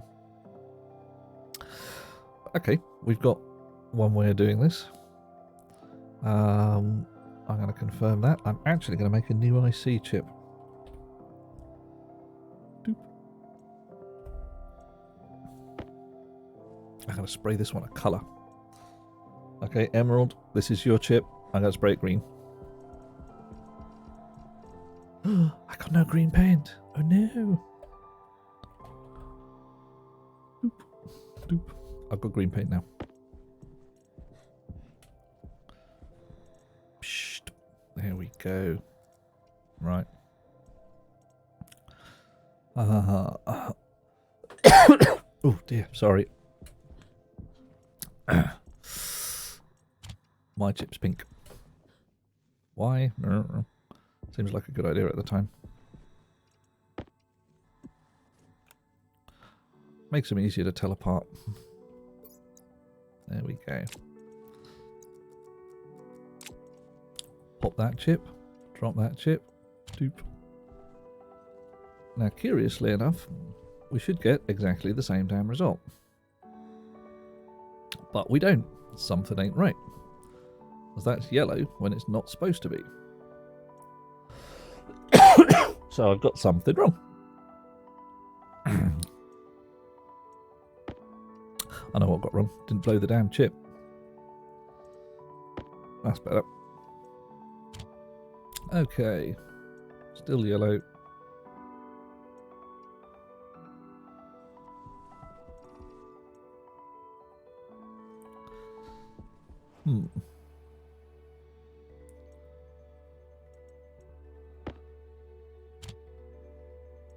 Is it even working at all? Yeah. So what's wrong with the code? Oh, the panels keep the charge at full because the battery's already full. It can't get any fuller. Yeah. Yep. Big fat battery. Right, cheat. Sabotage my own shit. Nothing happening there. But as soon as we turn this on, that should go red. Which it does. Yay. Alrighty. What should we have a bit of a smelt of now? We did some gold last time. Who fancies a bit of an ore? There.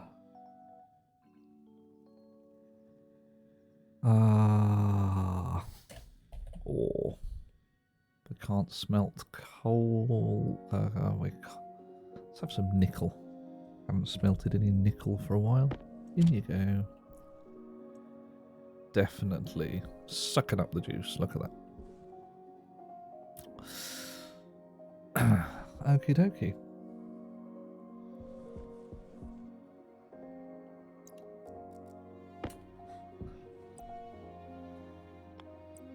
And that is quite happy. So that's now at full. Occasional blip.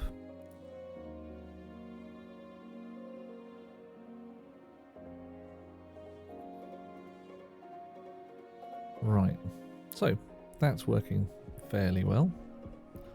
Now somebody spoke of an automatic arc furnace a little while ago. Yeah. Is that an arc furnace that knows when it's got something in its input slot and switches itself on? Or is it something else?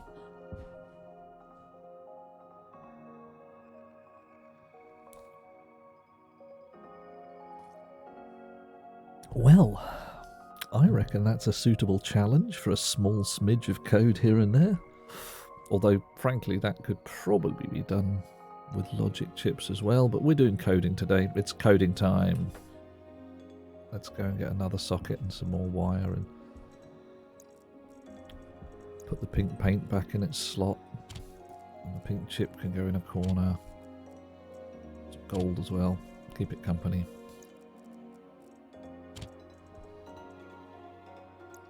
Right. Chip socket. Bit of wire we've got. We don't really need any chutes or switches or anything like that. Yeah.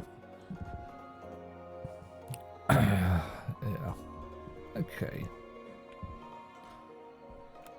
So, alrighty. We're only going to need to connect the arc furnace here.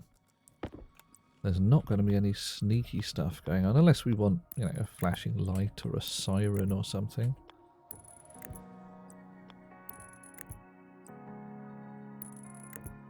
Alright. How am I doing? Not too bad. We're going to have another integrated circuit. Doop.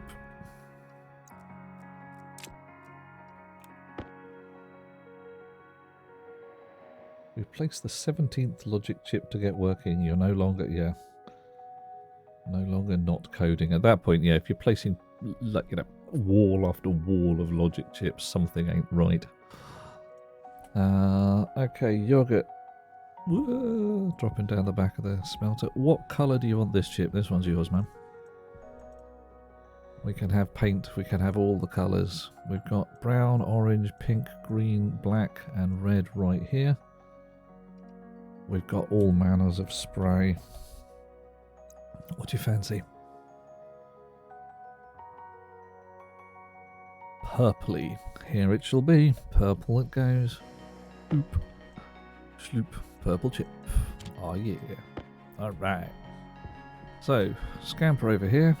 And we're going to get out our tablet again to work out what we can ask about an arc furnace. It's activated. Its import count is 1. Its export count is 1. Its import count is 2. Now, I believe that an arc furnace may have some slots available as well, because that's the kind of thing that happens with stuff that has import and exports. So we're going to check this. Arc furnace. Kit arc furnace makes an arc furnace. Alright, it has slots. Slot 0 and slot 1. Nice. Okay.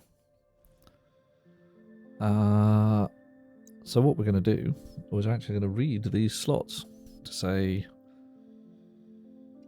is there something in the import slot? If so, smelty, smelty, smelty.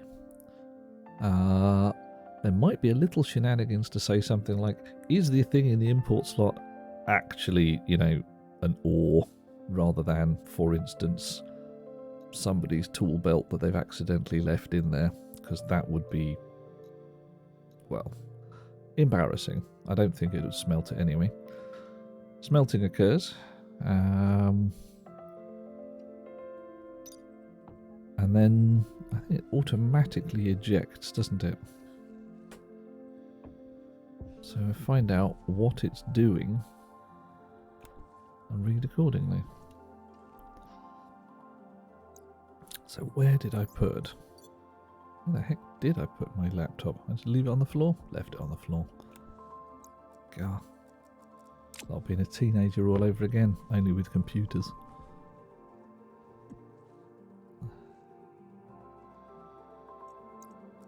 Chip in the slot. Edit. Clear. Now our first object, as ever, alias. D0. Arc furnace. Except I've put it the wrong way around because I'm used to programming an entirely different processor.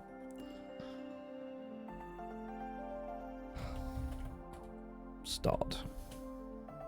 And what we're going to do is immediately clear the data in the arc furnace.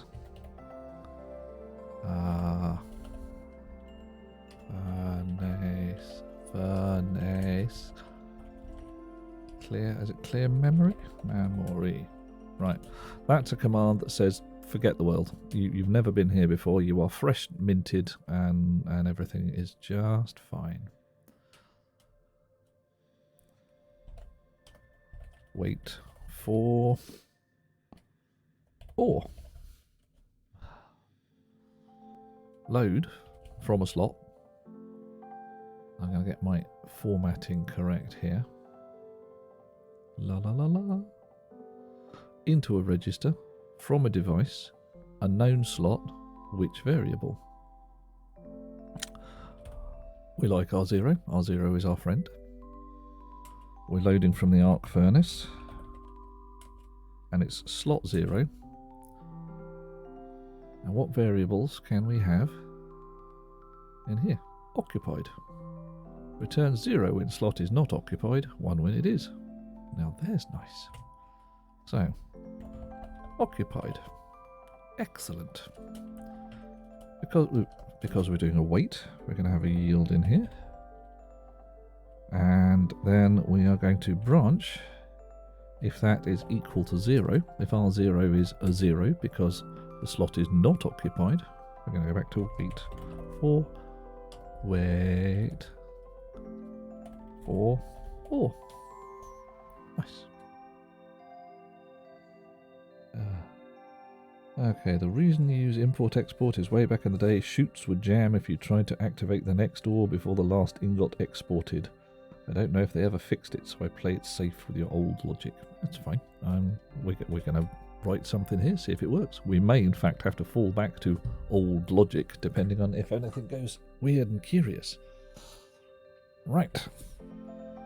Next job. Load into R0. We don't need to know that the slot's occupied. We already know that it is.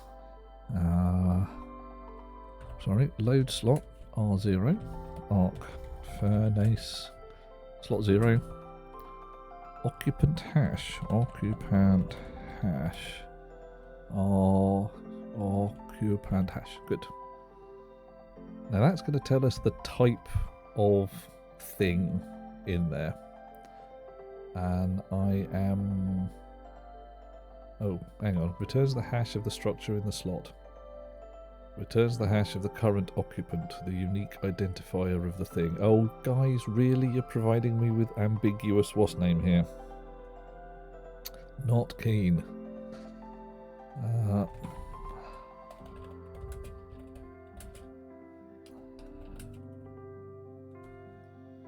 Right. Can I even tell? Maybe I'm biting off more than I can chew here.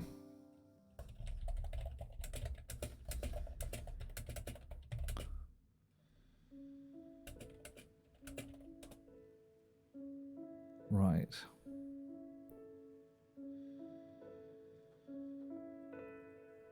Og, og, og.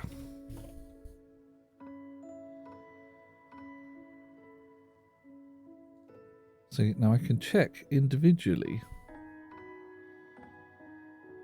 Is this item any kind of ore? Like, I've got to check like nickel and gold and lead.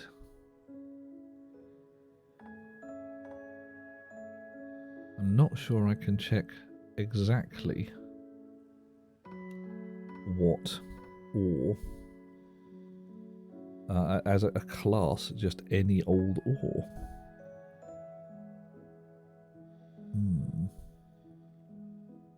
Now, a sorter can do it.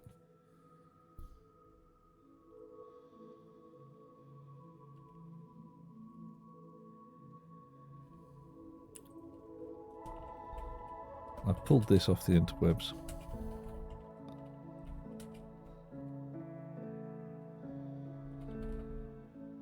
But I don't know if it's going to work. In fact, I'm not sure it's going to work.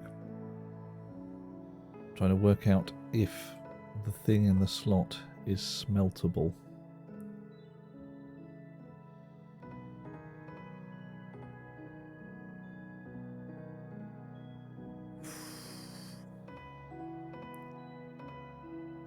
Well, let's see if we can cheat. Right, we're going to do a bit of debugging. We're not actually going to write the code in one go. We're going to write it in little bits. So, wait for ore, load the occupant hash, store into... Right. Hydration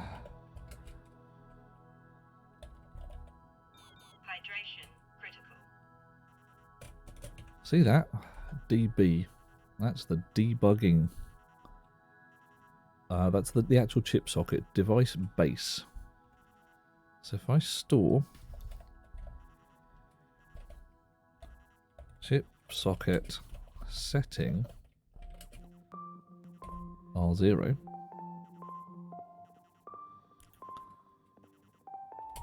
and then jump back to wait for ore, all that's going to happen is nothing's going to happen. It'll pull the occupant hash, and then it'll tell me what that number is when I look at the chip socket.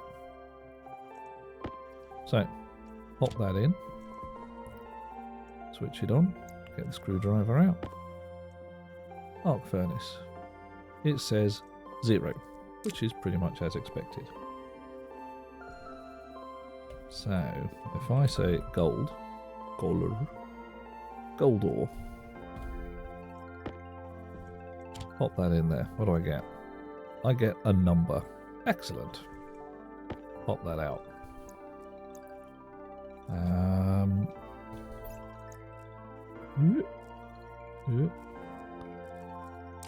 And let's have some lead ore. Pop that in. I get a different number. -19. Yep, -13. So different numbers for gold and lead ore. That's pretty much as expected. So I looked at occupant hash. I'm now going to try prefab hash. See if I even spell it. See if I get anything different.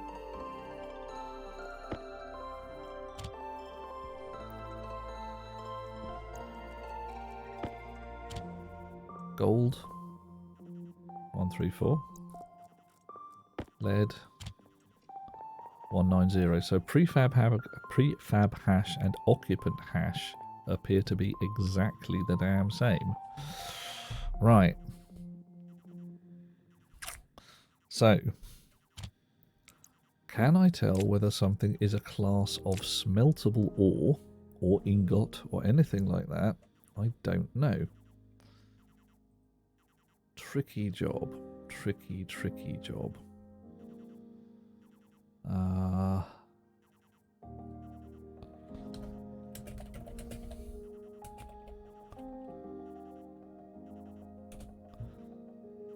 Right.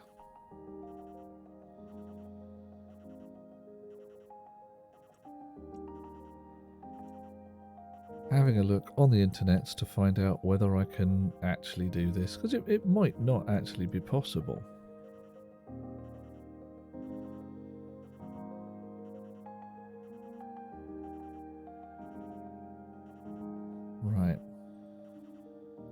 there are mods that allow it. That's not a good start.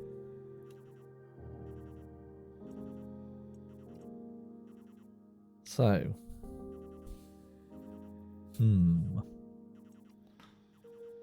alright, let's try something insane. Let's put a pair of snips in there. You just can't. Okay, that's actually a good protection. Fine. So the protection here is not, did I put my tool belt in there? It's that the arc furnace simply does not allow you to stuff anything in there which is poisonous in the first place. We do not need this code. Great. Okay, so got that, edit that. Right, we're going to use this anyway.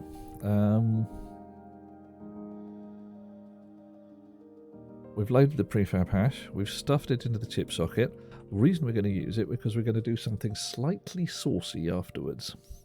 Because, hey, why not? So we now know we've got something in the input slot. Brilliant. We're going to smelt it. Switch the arc furnace on.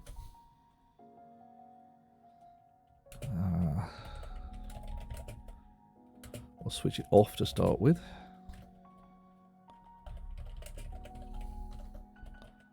Activate to 0. Right. Switch it on. Activate it.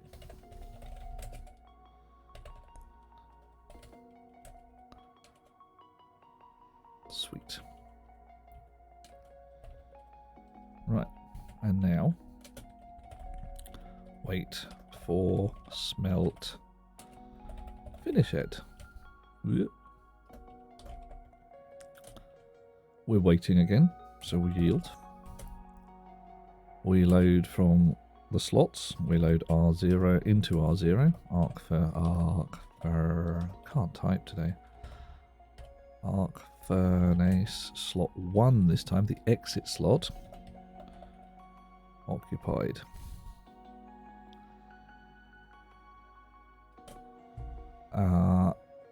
Branch if R0 is 0, we're still waiting. So branch if equal to 0, R0, wait for smelt finished. Alright. So smelt's finished. We're going to give it a second. Actually, we're going to give it 2 seconds. Let it spit the ingot.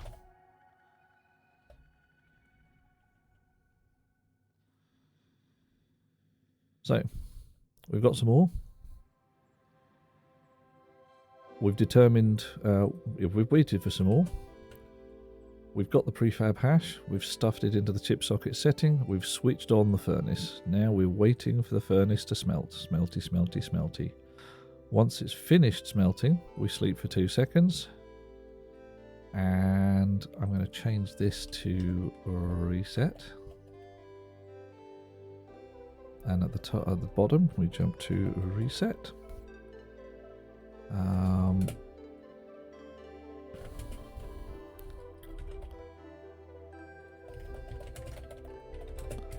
Okay. Yeah, I'd have to add the whole damn list of hashes, and frankly, life's too short, so not doing that. Right.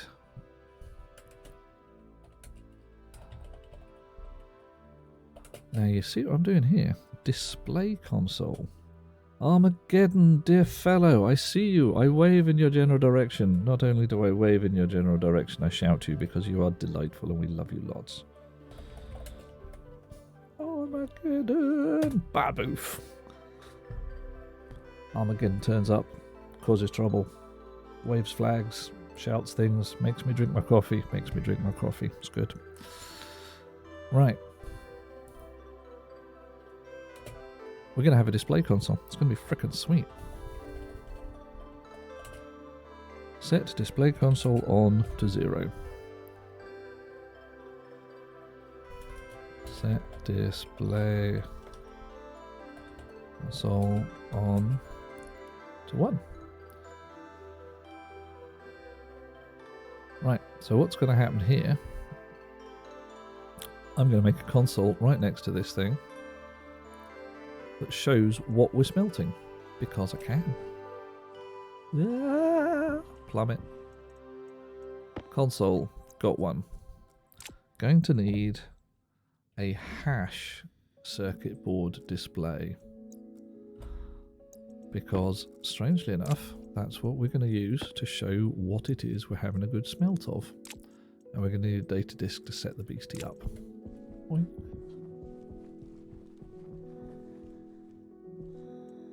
Alright, how can we do this? Yeah, we're going to need to attach the power as well. It's a shame, but these things happen.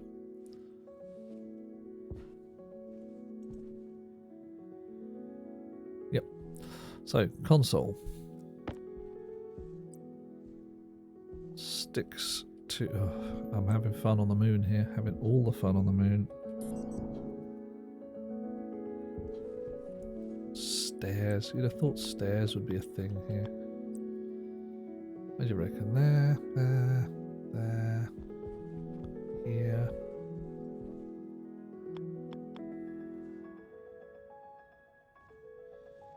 That'll do.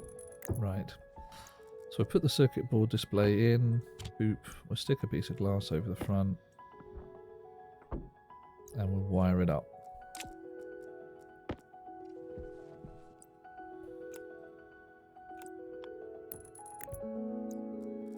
Okay, so what this is going to do is going to show us what we're having a smelt of. It'll be nice and pretty.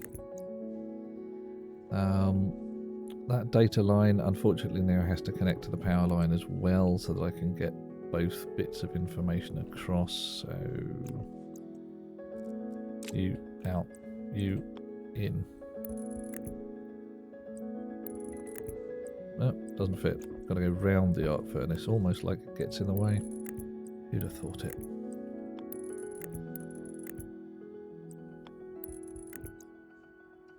You are in the way. Come on. In my pocket. Said in my pocket. Go. Right. So that blinks. That switches off. This fella switches on. We're in our data disk. Data disk goes in the slot. Ugh. And the only thing it really cares about is the IC housing. Because that's the only thing. There we go. The IC housing is currently reading gold, because that's the last thing we stuck in there.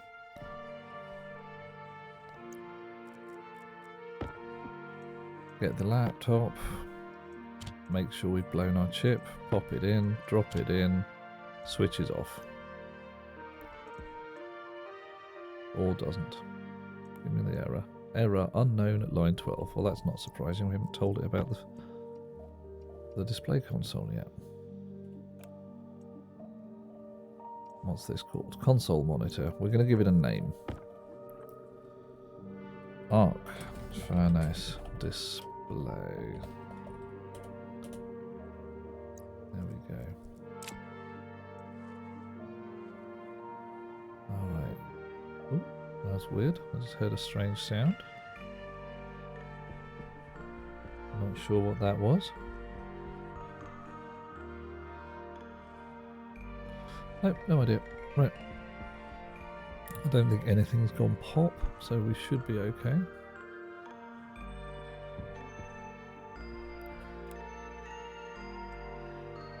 Station battery, arc furnace display. That's good. Arc furnace. Oh, hang on. Wrong one. Arc furnace display.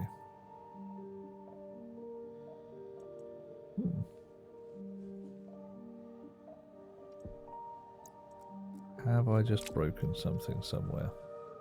We've got power coming through. I now don't have power in my chip.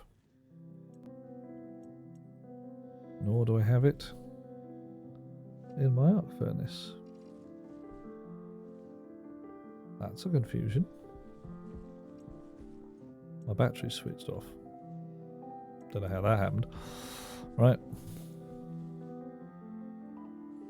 That'll be one of those unforeseen consequences I had when you're fiddling with things while the power's switched on. Right. So, there we go. Oof. Hello everybody out there in Twitch world, all you lovely people. Playing Stationeers, doing a minor programming how-to. This is also the whole Ask Me Anything thing, so if you're sitting there going, I don't know how to make it work, give me a shout and I will answer as best I can. If I cannot answer, then I suspect either Emerald or Yogurt will be able to answer for me, because they have secret powers and knowledge beyond the ken of mortal man. Which, you know, frankly, that's super handy when you're sitting around going, I'm going to do a programming thing. I can do programming, me. I've been doing it for years. And they sit there, cough politely and say, yeah, you forgot a bit. You did. And there's this sighing comes across the internet that says, oh dear, he means well. Just serves to highlight that even the best of us are not perfect. Right, shiny new battery in my suit. Grobbly old battery in the charger. Switch it on. There we go. Right, it's night. My solar panels are doing nothing. My battery is now losing juice because it's feeding it all into this one. That's lovely though. It's doing exactly as it's told. 3.57, 5.6. Wow. Okay, it really is losing juice. That's expensive. But in theory, the automatic arc furnace is now ready to play, and I should be able to feed it some ore. So if I feed you a blob of lead, crunch. Smelting away, although the button hasn't gone green. I'm surprised at that. And over here, it says we're smelting lead. Now with a little shenanigans, I could probably get it to kick out a lead ingot picture on here rather than a lead ore picture, but it would involve putting a mapping between all the ores and their ingots, and you know that bit where I said life's too short? Yep. Alright, electronics back in the box. Electronics not dropped on the floor. Battery charger counts as electrical, I suppose. Data disk definitely does.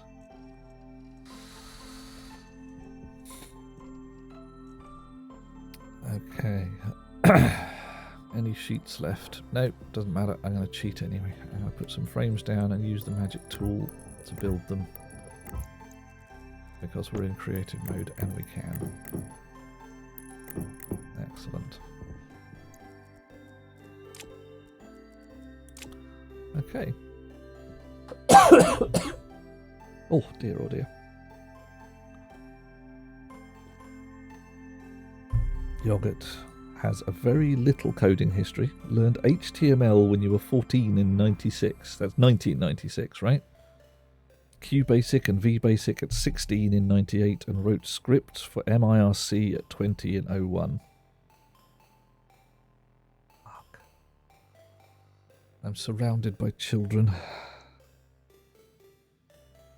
Right, well, all you lovely people, I should tell you days of coding in times of yore, when the only thing we had was a magnetized needle and a piece of tape. And we would write our code by dotting ones and zeros onto the tape as we went along. Yeah. It's not quite that bad, but yeah. I cut my teeth on the ZX81 in 1981. Writing tiny little basic adventure games. Stepped up to the BBC Micro writing assembly. Silly games again. And 40 odd years later, I'm working for a medical imaging company, decoding MRI and CAT scan data into pictures of actual humans' innards, which, well, people say that's got to be so cool. It has its cool moments, but there is a certain amount of ew when you realise that humans are actually obscene bags of glop covered in pretty skin. Yeah. Oh yeah. My computer science teacher at work, Yogurt, he at work at school, computational archaeologist, managed to save some paper tape readers and card readers and all manner of good stuff. We had some fun, if wildly obsolete, hardware to play with. Yeah. Then I went to work for British Aerospace, and their technology was old. 8-inch floppy drives. There was no actual paper tape readers still driving any of their manufacturing machines, but I'd missed it by about 6 months when I first turned up there. That you would have a CNC lathe literally driven by a paper tape feeding in, and that was terrifying. That had me sitting there going, one spilled cup of coffee and this piece of tape from the 1960s was destroyed and there was no way to copy the blasted thing. Man. A Commodore 64 for Christmas at 5 years old. Yeah, that was not a present for you, was it? That was a present for your dad, who'd sat there and gone, yes, the small child needs a computer, my Bob. Oh yes, he will not play games on it, but I will. So it won't be wasted. Such is the way. What does a 5-year-old do with a Commodore? Lick it. Hide the joysticks, chew on the discs. Oh dear. Right. So that spat out its bar of lead. I'm still too used to Mars. Too used to Mars where the gravity's a lot less bouncy. Right. So we've done a little bit of programming. We've got some new people in the chat channel. I'm going to scamper through, see if there's anybody who needs a big kiss or whatever. Armageddon's there. Everybody loves Armageddon. Axelucia, hiya. B-Baller73, I see you. Cascade, I see you too. I wave my flag in your general direction. Flag wave. Uh-oh, I just knocked something off the floor. I hope it works. Tangled now. Tangled in everything. Oh. Nobody still hear me okay? Ice and Wolf is here. Emerald is here. Is Nissable? Is Niceable? I don't even know. You have to tell me what that says. Yogurt is here. Kai Lady is here. Sarah Ina is here. Six Flags Magic Mountain is Six Flags is here. Hey Cascade. Good to see you, Mum. We've been doing a tiny little bit of programming. We have made a light that only goes on at night. A light that only goes on at night when you switch the switch. So you can say, I want my automatic lights to turn on at night. And you turn it off and it turns on again because it's dark. It's dark, mate. We have made a chip that drives the solar panels. Frankly, I cheated vaguely, and that one was sort of one I programmed earlier. So if anybody wants to go over the code on that one, we can crawl through it and people can point out my mistakes. We have another chip, which Emerald has shown us some interesting strategy for, to track how much power is in the battery and whether it is gaining or losing. We have another chip which activates the auto furnace whenever you activates the arc furnace whenever you stick some gold or anything in the back. There we go, doing it again. Look at that, laughing at my own jokes. What else could we have? Airlocks these days are provided by a console. That's relatively simple. We could make a light that goes on and off according to whether somebody stood in front of it. Nice piece. Oh look, okay, light's gone out. Must be sunrise. Or Caution. nearly sunrise at least.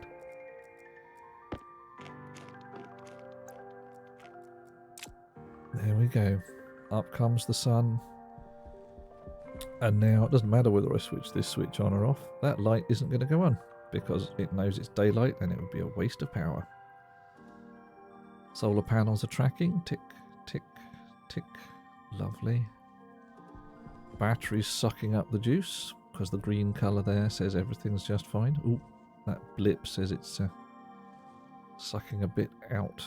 Yeah, the arc furnace blips its power every so often, doesn't it? Right. But all in all, we're winning. What could we build next? What will be the next absolutely fun thing to write a tiny little program to do? Automatic door? You stand in front of the door and it opens for you? How's that sound? People fancy a bit of door action?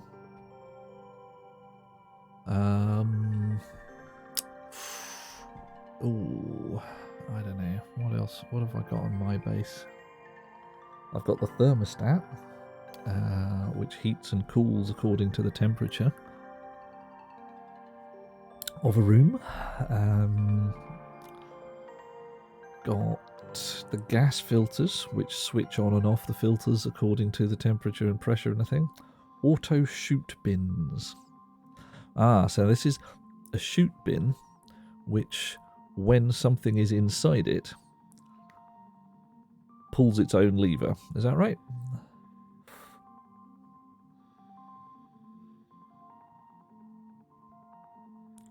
Okay.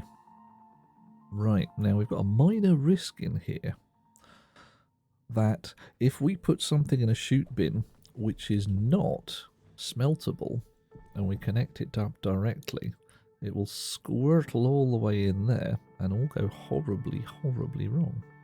So we might need to put a sorter somewhere in here to say, you know, smeltable stuff only. But we can do that.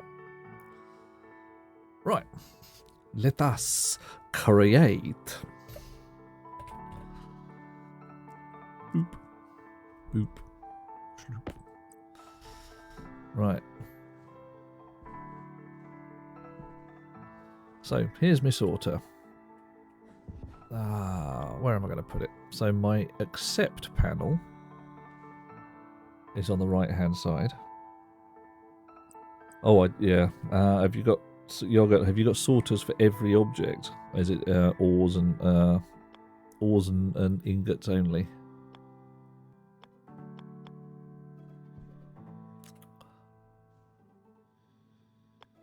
Okay, so if I put something in the sorter, don't program it at all. It will just spit out straight forwards. I want something that accepts only ore.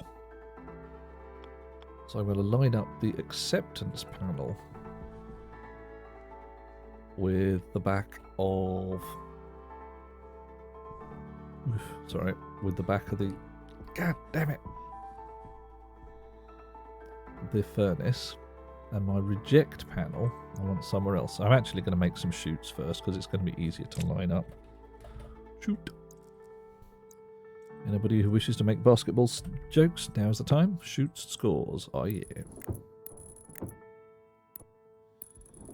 Alrighty.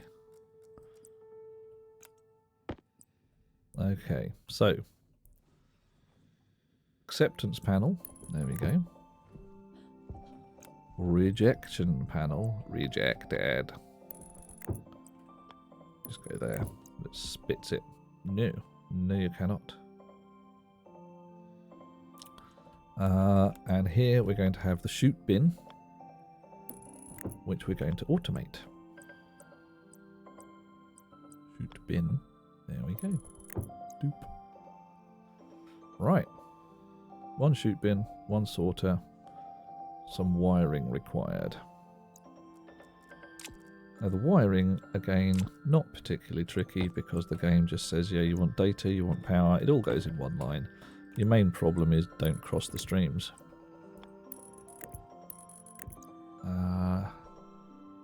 Chute bin, Why do you come out the side there like that? That's just icky. Oh, fine. We're gonna have some wires hanging in midair.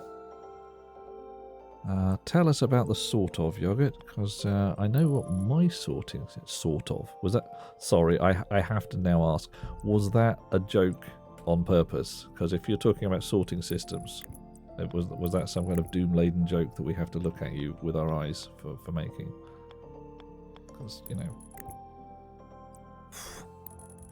some things, the puns, the deadly puns of death. Okay. Shoot bin. Sorter.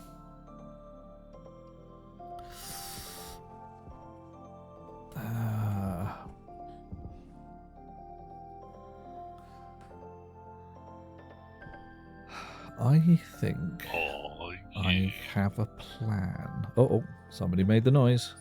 Who made the noise? It was B-Baller73. I salute you, sir, has decided to follow along and join the party. Brilliant. We like these things. The more people we have with us, the better, and the more likely we are to be able to defeat the bad guys whenever we identify who they are. If you've got any clues as to who the bad guys might be, do tell me. I am in the UK, so, you know, the political situation on our sceptred isle leads me to believe who the bad guys are. Your mileage may vary. Right. Okay. I think a certain amount of sneaky may be able to build all the code for the sorter, the automatic bin, and the arc furnace into the same bit of kit. What do you reckon? Ingots, tools, belts, ice. Ingots go to ingot sorting, belts unload them, and then ice sorters in a vacuumed room, kicks out tools and belts. Yeah. Oh man. Yeah, I should laugh at my own jokes and show you my sorting rig at some point, but right now, doing something else. Doing some programming fun. So, we've got a sorter, we've got a bin, we've got an arc furnace, we've got a console. That's 4 things. We've got 6 pins on the chip. We can do this.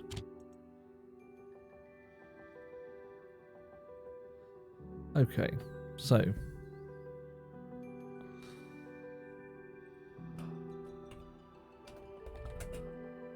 alias sorter D2 alias bin D3. Right.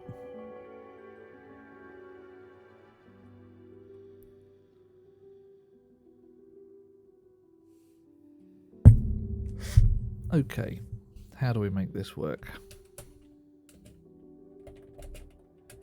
We switch everything off to start with.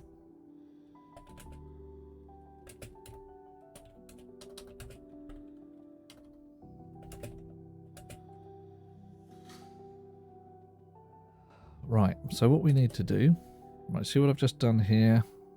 I have switched off the sorter and the bin, and I have closed the bin.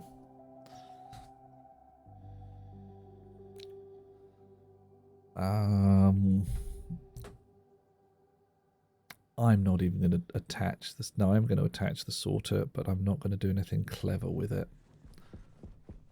I could probably program the sorter from the chip to accept or reject ores. But the simpler way to do this is to actually build a computer object with a sorter motherboard and program it from there. Number 5 accepts ores, then send it to a silo as a 600-piece buffer, which then goes to an auto arc furnace and accepts ingots and sends them to the ingot sorting system. So you're essentially sorting ores into post-smelted ingots. Oh, right. Yes, wrong kind of open. Yeah, the bins are back to front, aren't they?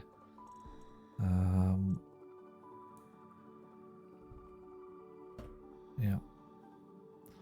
Okay. hit the interwebs briefly. Stationeers, sorter.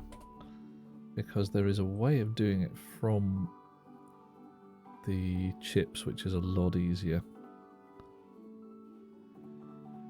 Right.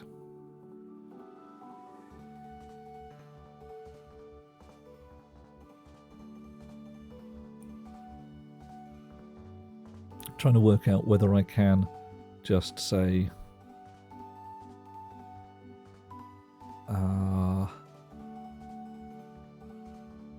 class variable. Yeah. So that it is indeed readable. I can read what's called the class of an item in the input slot and determine whether it's a gas filter or an ore or something like that. Totally doable. So let's see what we can make happen. Can we fit this all into one chip? Gotta be doable.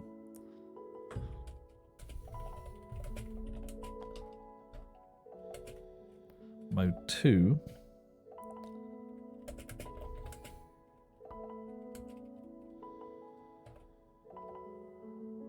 Am I again biting off more than is worth chewing at this point? I probably am. It's too much like hard work.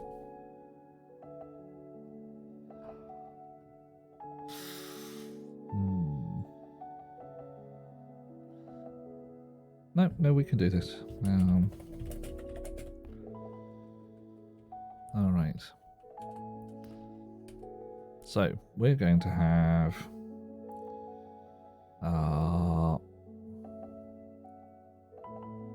essentially 3 sets of waiting loops. One for the bin, one for the sorter, and one for the smelter. And some processes which get triggered by the waiting, the input loops, and then the smelter is going to have an output loop as well. So, wait for input. We're going to make it into 3 subroutines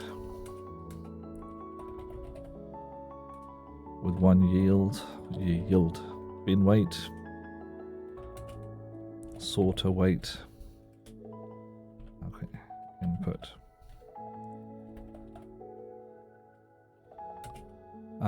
And we're going to have a new alias here, alias busy smelting is R15.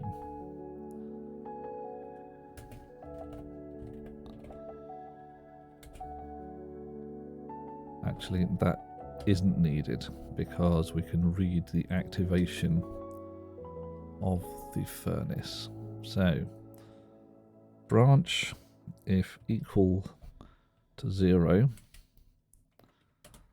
first load into R0 from the arc furnace,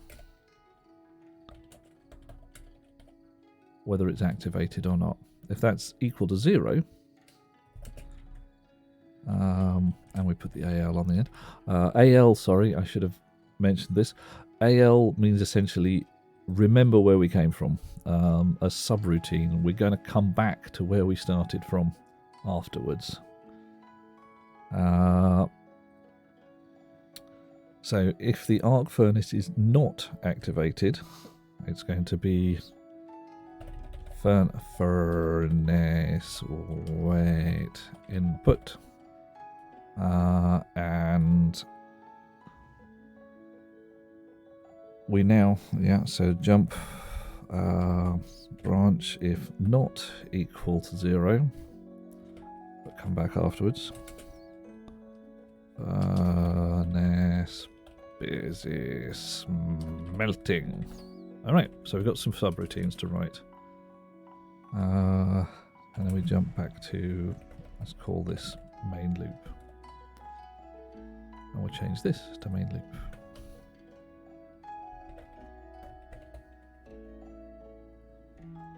Alright, so Furnace weight input, we've already kind of got here. Oop, that did not work as planned. We load the slot. Does the arc furnace have something in it? If that's equal to 0, we want to go essentially back the way we came. So we're going to change this to branch not equal to 0. Start smelting.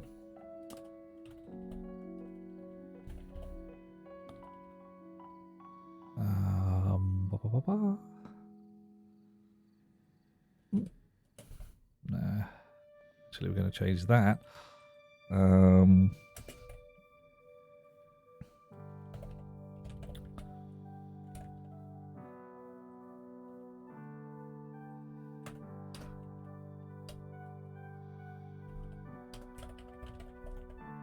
Okay. So, furnace weight input. Load the slot 0. If slot 0 is occupied, we now know. If that's equal to 0, i.e. slot is not occupied, branch to furnace OK. Down there. Jump to RA. RA is return address, which is back to where you came from. Brilliant. If this is 1, load slot, prefab hash, yeah. Basically set the furnace smelting. Smelty. See you later, yogurt. Have fun. I hope the kids have a fat breakfast and make a big smiley face at the tail end of it. That's how we like breakfast to be. I am going to see if I can set this all into one box. Alright.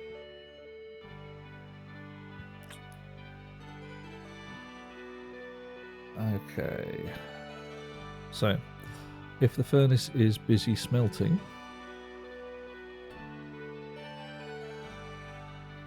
we see if the furnace, we don't do anything here. Furnace is busy smelting. If the output slot is occupied, check the output slot. If that is 0,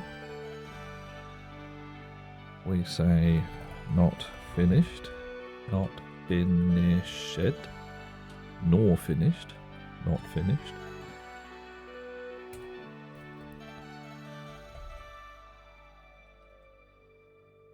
If it is full, then yeah, this sleep 2 is actually justified here. We just let it spit itself out, and we reset the furnace.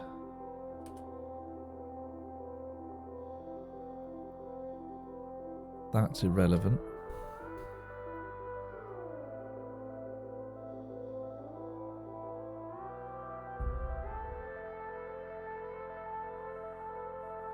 But we do want all of this lot. Yeah. Okay, so we do actually want to move all of that lot down there as well. Okay.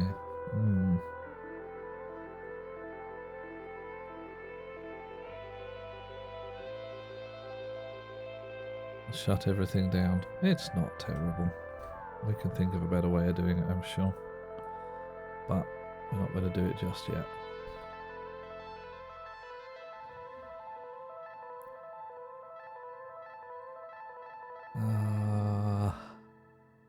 No, I can think of a way of doing this. I can move this lot down to here and have 2 reset sections, which is a much better way of doing it.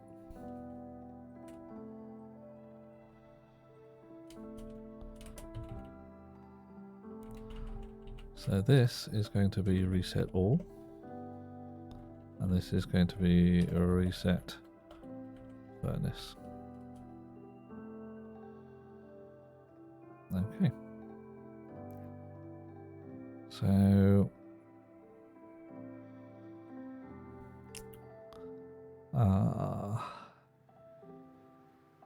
jumps are not finished.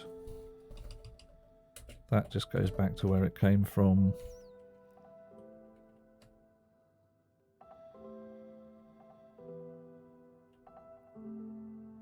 egg sandwiches. Really? Oh man, you guys are like hardcore. Wow, doom-laden things. Let's actually put the sleep up here on the top of the reset furnace, and I can just jump straight to it, and that's perfectly acceptable. Right, so we change that to branch not equal to reset furnace, and we just reset the whole world at that point. Well, pretty much.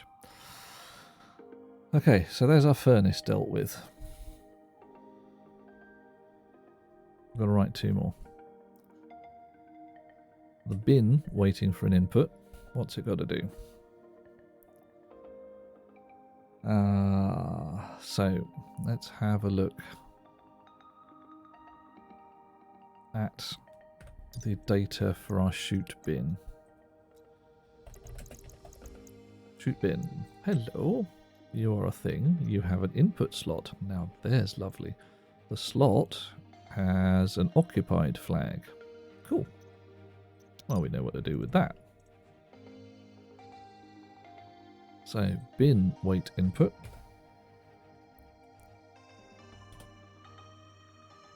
Load slot into R0. Bin slot 0 occupied. Branch if equal to 0. Bin empty. Empty. Bin empty. Back the way we came.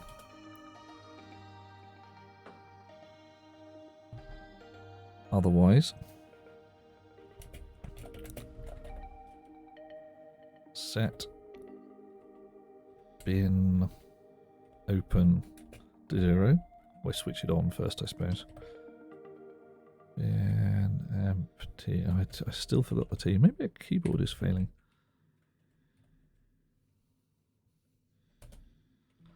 Right. So set bin on to 1. Close the bin. And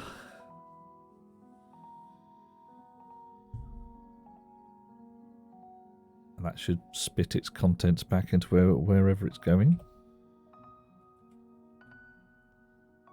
And we go back to where we came. If the bin is empty, set bin open, yes please, set bin on. So there we go. So we read it and open it and close it accordingly. That'll be interesting to see if that works. Right. Sorter wait input. How are we doing for space? Shed loads. Absolute shed loads.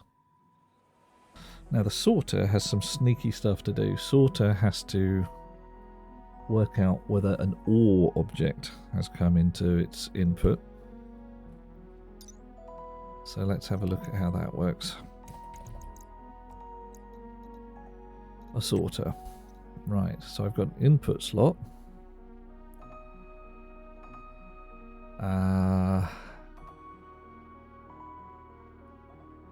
Which I want to read. And I want to kick left or right. Which I'm hoping is the output variable. Let's see if that's correct.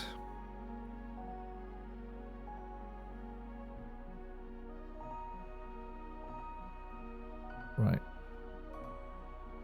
Yep, the output variable. If 0, the right-hand slot, when facing the exits side of the sorter. So the left-hand side when you're facing the input. Oh, right, okay, goodness me. So if I'm looking at my sorter, here it is. If set to 0, it'll spit that side. Set to 1, it'll spit this side. Okay, that's fine. That's what we want. So sorter wait input once more. load slot, R0, sorter, slot 0, and occupied.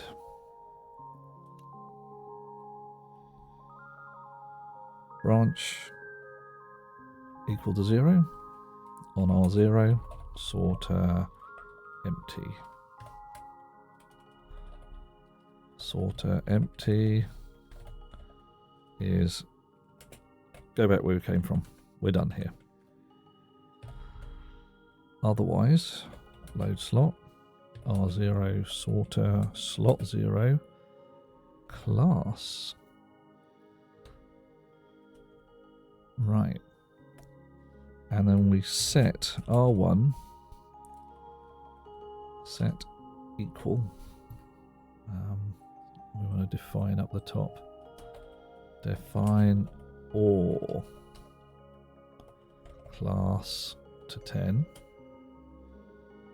I'm going to check this as well. So according to the Wikipedia thing, an ore is a number 10.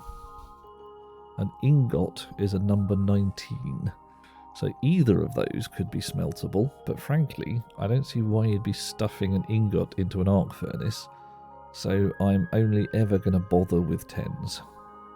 Right. So,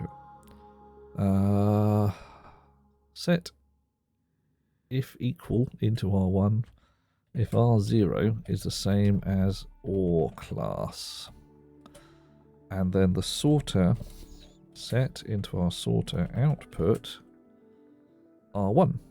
So if it's equal to OR class, the sorter output gets set to 1. Otherwise, it gets set to 0. Good. La la la la la. We're supposed to be able to turn the sorter on as well. So sorter on to 1. If it's empty, we'll turn it off again. Save power. See if that all works. Confirm. Export it into there. Drop it into here, and it's going to complain because we haven't told it about all its new toys. Arc furnace is set. Display console is set. Sorter is not set. Sorter is now set. Bin is not set. Shoot bin. There we go. Right. Dupe. Dupe again. Incorrect logic type at line 13. I'll pop in the top and sorting it out. Seems to have sorted that out. So round we go again. So notionally, if I stuff something in here which is an ore, it should be spat out that side. And if I stuff something in here which is not an ore, it should be spat out this side. So let's try that. That didn't work at all. Well, not even a bit.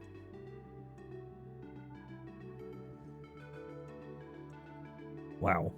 Okay, that's depressing. I've got no errors. I did export the chip, didn't I? Must have done.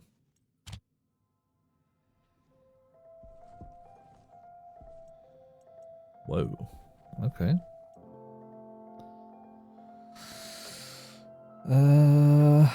Right. So I pull that, switch that on, it spits it. I'll turn that on. Does it spit it out either side? Does it just barf and say you're wrong when it doesn't work?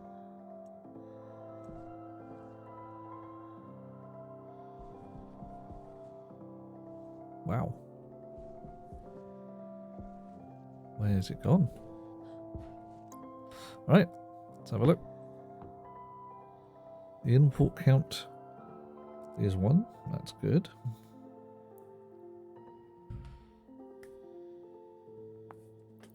The mode is 2. The output is -1. So what is wrong here? Why have we... It's going to be something trivial, I hope. Main loop. Bin weight input, sorter weight input. We can debug these one at a time. So we'll disconnect the bin from the sorter. Hey Cascade, still lurking. If you want more intricate sorting methods, can you chain sorters together? Right, you can chain sorters together. The best way to program a sorter is to attach a computer to the same circuit line and put a sorter motherboard in the computer, and then you can say, like, you know, sorter number 1, all ingots to the left, all cheese to the right, well, all other things to the right, and then off that you've got, like, this one sorts gold, this one sorts lead, this one sorts copper. Or if you feel like it, you could say this one sorts gold and lead and copper and puts them into one box. This one sorts all kinds of tools. But you do tend to end up with a number of sorters, one after the other, in a big long chain of chutes. Because otherwise, you got only one opportunity to change things. Right. Export that, pop that, drop that.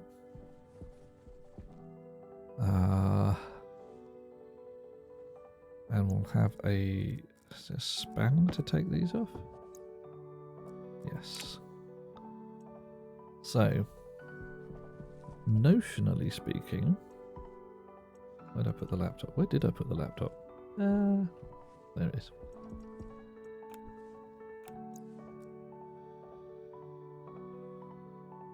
Here we go. We're just calling bin weight input. We load the slot to see whether that is occupied. If that is 0, we go to bin empty, which opens the bin, switches it off, and jumps back to the return address, which is up here. Then goes back to the main loop and does it again. Interesting.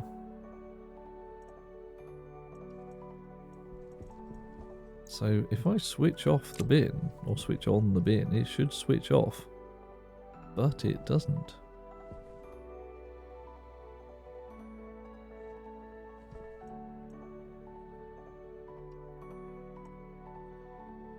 Hydration critical. Alright. Are we even running this code?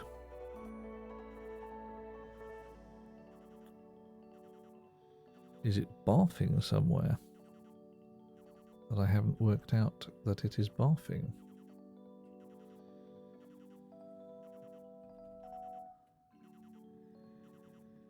Anytime, Cascade, anytime. If you want, I can... Give me 5 minutes, I'll load up another world. And I can show you how my sorting rig works there. It has many fine features if you like that kind of thing.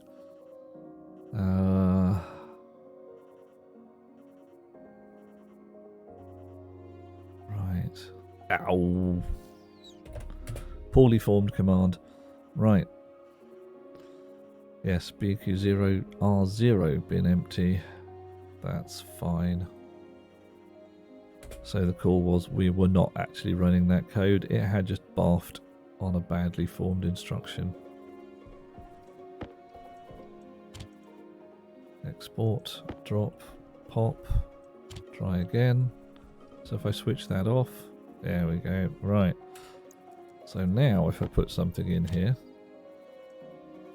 Oh, oh my, oh my. Alright, okay, fine. Alright, fine. Chill, chill, chill. Wow.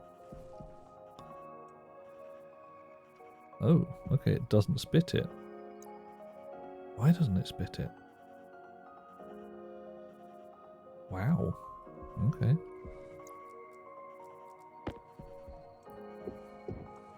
Maybe it doesn't know how to?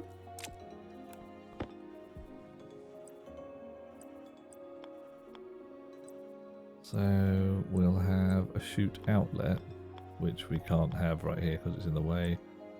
We'll just have a chute. Spit that on the floor. Come on. There we're at. Right. So now if I turn the automation back on and put this in here, it should just spit it out on the floor, which it does. Okay, cool. Right. It's not too terrible. Right. So now we know that that's not as broken as it could be. Turn the sorter on. Do we get anything out? No. That's at least gone into there. Possibly never to be seen again. The sorter has an import count of 1, which implies that it hasn't been able to accept this. Yeah, it hadn't been able to accept that one.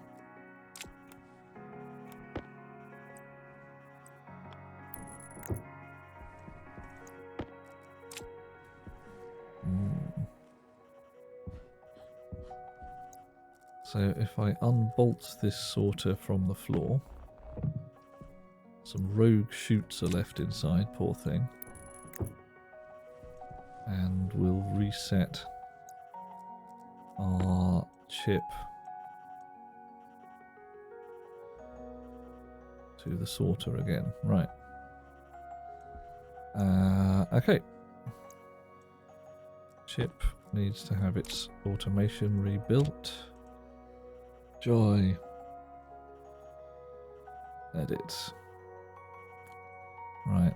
That hack comes out. Export, and we scamper down the sorted thing just in case.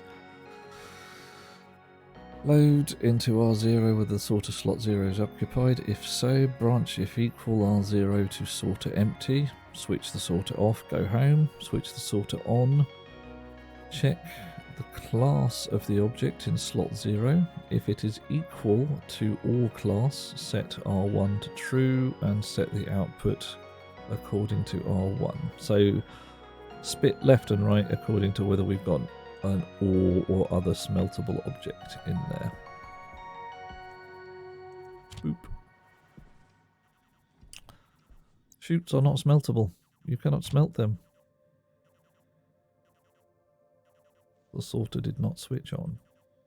It did switch immediately off again. It did not spit the object. And its output is set to 0. Why did you not spit the object? Maybe it needs a bit of time to do so? Right, sorter on. Sorter output. Give it a second.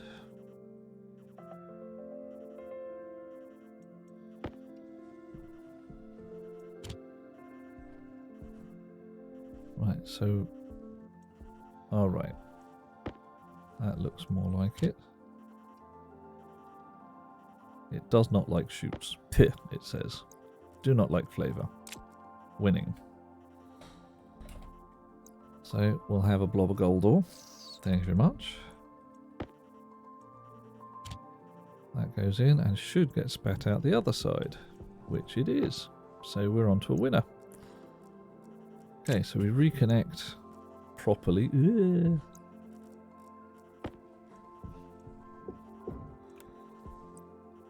Right, this is all built, you know, huge, not compact, not efficiently spaced at all. It's just built so that everybody can look at it and see what happens.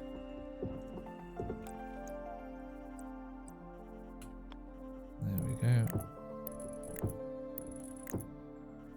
Right.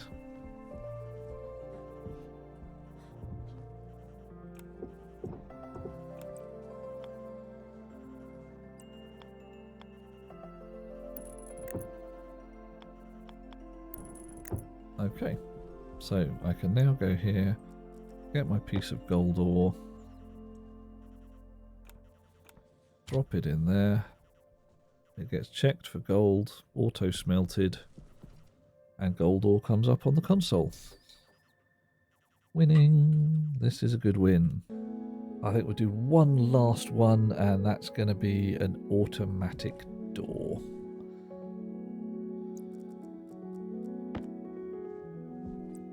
Shall make a room to have a door into.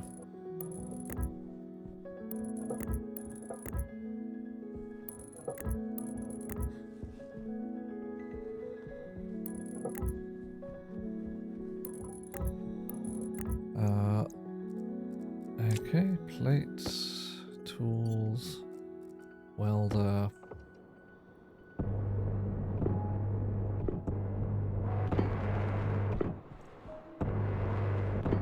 Take a few seconds. It's not going to be a real room. I'm not going to put walls on it or anything. Not today. But maybe later.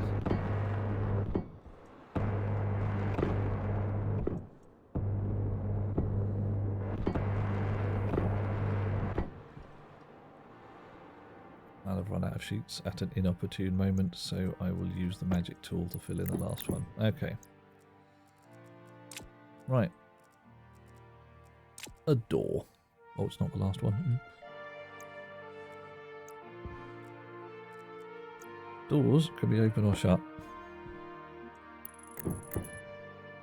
They can be open or shut from either side. The simplest way to open a door is a little button on the side. They do that automatically, but that's boring. We want a door that we can just run up to and it opens on purpose. So a pressure plate is a thing for standing on. So the trouble is, pressure plates is tiny. So you can stand on a pressure plate, there it is, but if you walk to the left of it or the right of it, you've missed. I don't like pressure plates so much. So what I tend to use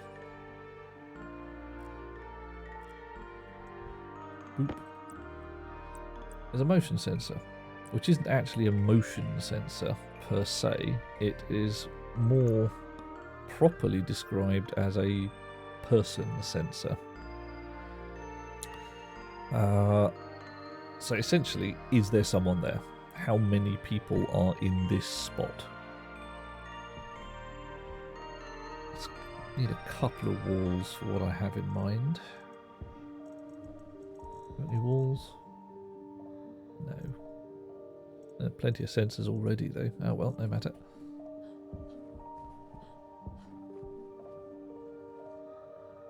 Okay.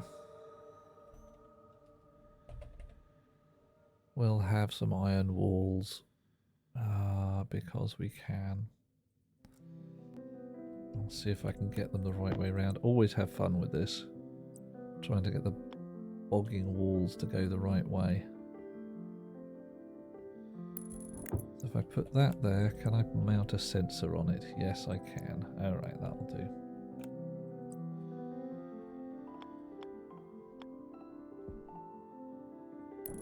Right, so we'll pretend... There we go. There's the beginnings of our room. We're going to put a sensor in here that says there's a human or not. And we're going to put another one in here. Reason being, doors can be opened from either side. So if I stand here, I probably want the door open. If I stand here, I probably want the door open. We then need an actual door. Blast door. What do we got? Ordinary door. We got interior door.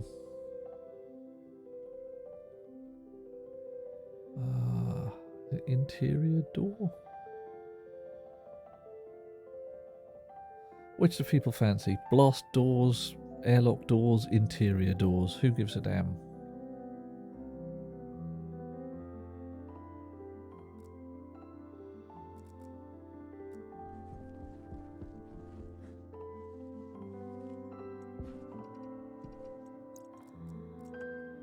Whilst that's being pondered, I will grab more bits of stuff.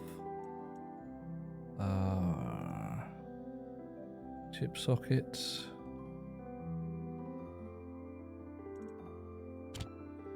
Switch. I'm going to have a lock. I'm going to put a lock on my door. A blast door. Booyah. Yeah, let's make this... let's turn this up to 11, shall we?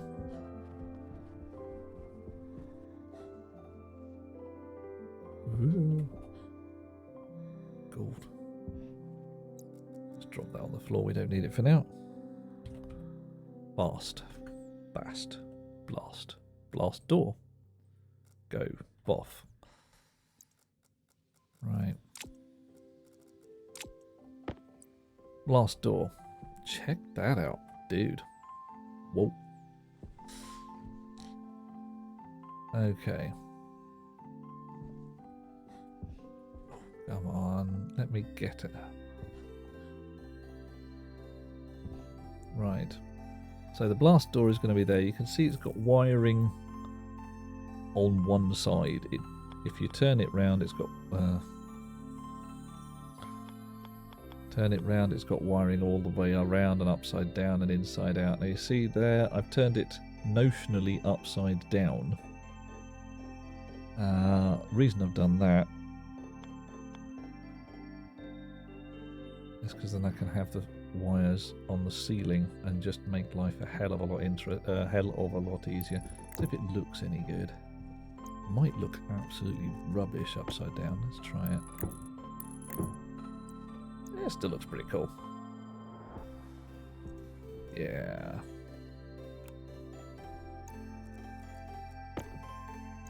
Yep. Okay, so I've turned it upside down so the wires are on the roof and I can easily get at them by putting all the automation up there. I don't have to pig about, hopefully, with too much rooting around. Now we shall discover whether I can actually send a wire across a... I can't send a wire across a blast door. Well, you just suck. Where can I send a wire? Not there, but here. Right, fine. Doesn't matter whether it's upside down or not, the blogging thing blocks wires anyway.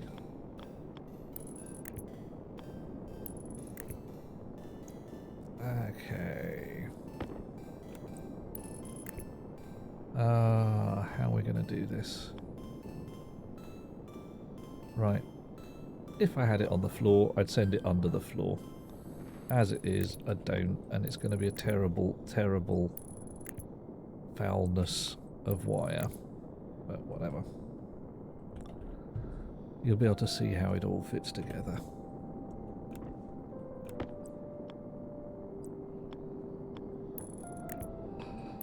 Right.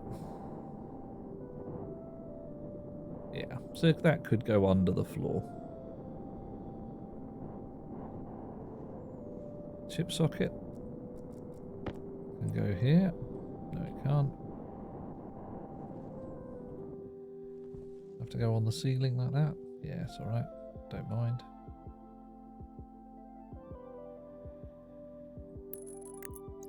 Okay. More cable.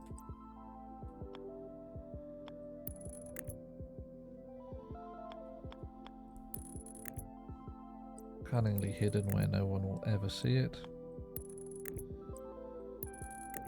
Right. And because this is this kind of thing, we're going to make this a private room. Oh yeah. No one's allowed into our room. Where did I leave the walls? I left the walls over there. Whee!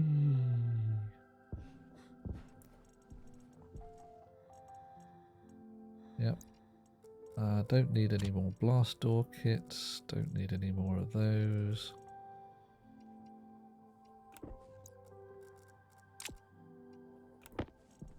Get in the pocket. There you go. Don't need any more frames. Do need some walls. Right. This is going to be a private room. Yeah, like I said, no one's allowed in unless we say so. So this door is going to have a lock.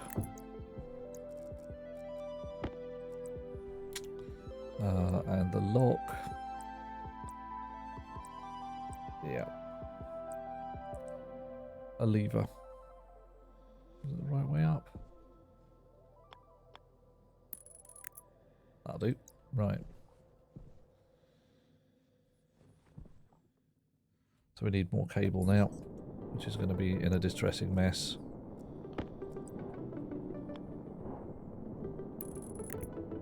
Now where can I send it? Can't send it there. Can send it here. Okay.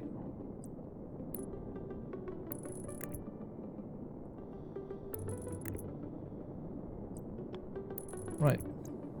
So we're going to have a switch. We're going to have 2 input outputs, and we're going to have a lock. Doop. We need another chip. Integrated circuit, thank you very much. And we need the laptop. And we need the door power, and we need power input from this end, because otherwise we can't actually run any juice to the door. Now, so the whole business of me turning that door upside down to make life easier didn't work. It would have been just as easy to have it on the floor. I.e. annoyingly doors block wiring, and there's nothing you can do about it. Grr. Okay.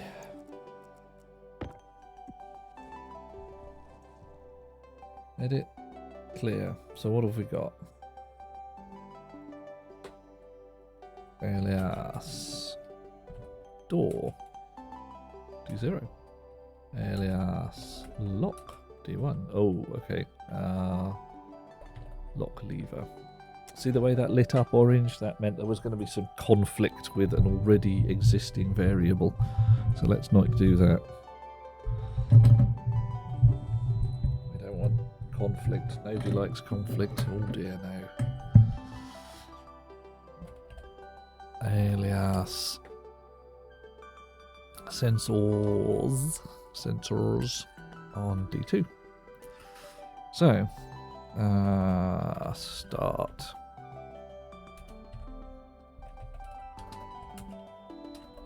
Sensor hash is going to be R15. Load from the sensors. Prefab. Hash. And we're going to put that in R15 because we want to be able to load from all the sensors, any sensor. And we don't have to worry about, you know, is it left or right? We're just going to say, anybody? Any of you guys? Loop. Load. R0. Lock. Lever. Open.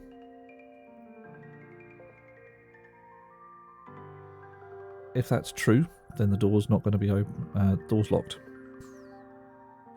So, what we want to say there,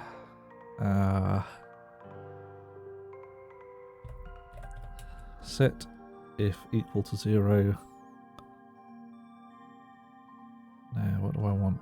I want this, yeah, R0, R0. So invert it again. So, if lever is open, R0 is false. So that means we will have a 0 in there if the lever is open, which we're going to use to determine whether we're going to lock the doors. So next one, load batch into R1. Sensors, I think it's activate. Let's find out. Motion sensor.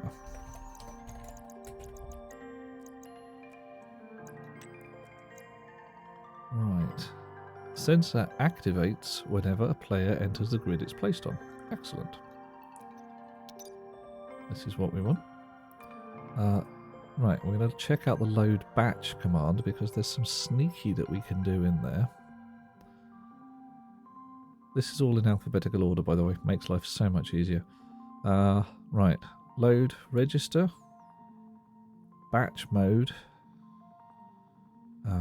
So it's actually sensor hash, sense or hash, variable activate, and batch mode. average, sum, minimum, or maximum. So we want maximum to say if anybody's in there. So the largest value you've got. So if there's 7 people in there, that's probably going to come back as 7. We don't want that. So we want set if not equal to 0, R1, R1. So now we've got a value in here that says, is the door openable because of the lever being locked? Here we've got a value that says, does the door want to be open because there's people there? And now we're going to AND R2 from R0 and R1 to say, if it's openable and there are people, we want to set the door to be open. Set door open to R2. Jump back to our loop. And we're going to put a yield in here. Okay.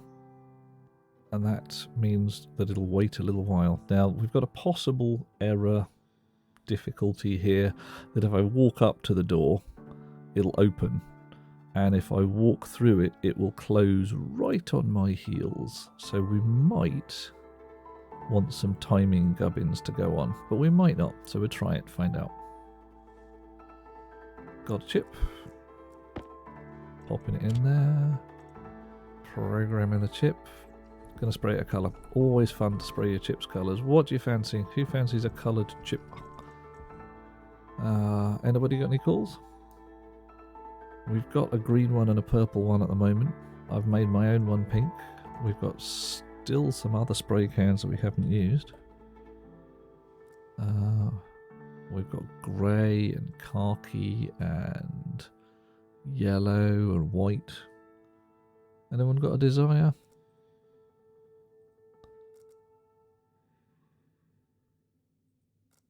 I'm going to have an orange one then. We'll spray the blast door orange as well because we can. Hunger. Caution. Psst.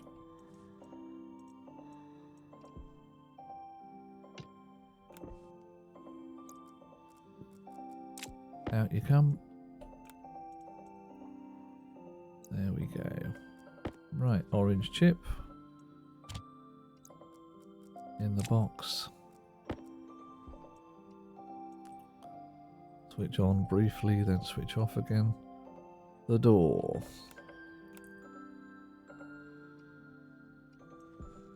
Oh, what a... fine, okay. Yeah, every so often, it's wise to remember to connect up your data from your chips to the rest of the world. It's a thing that can happen. Right, so the door wants to go to blast door. The lock lever.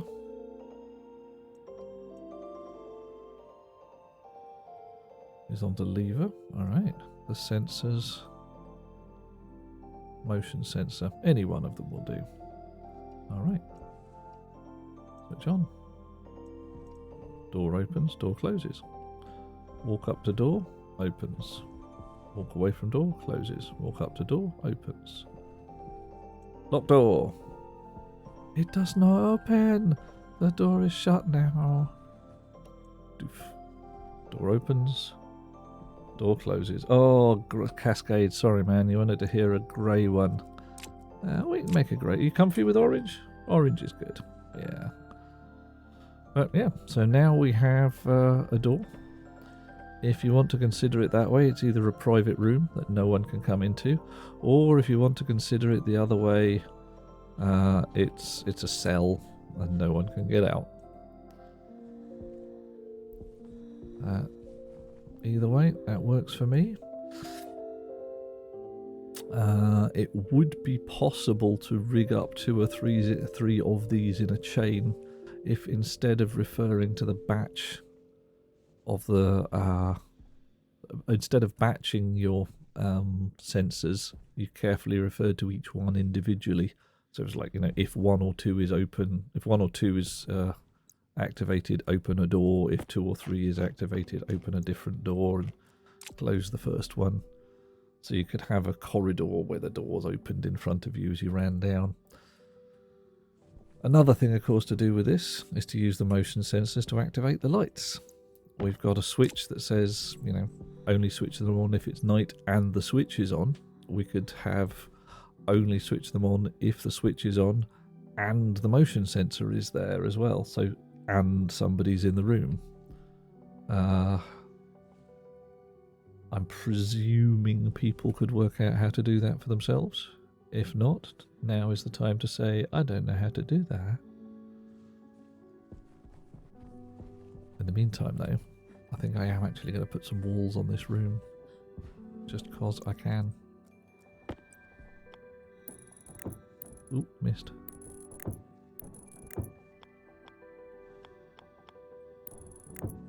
There we go.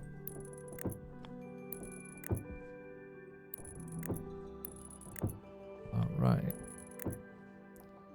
But for the ceiling windows,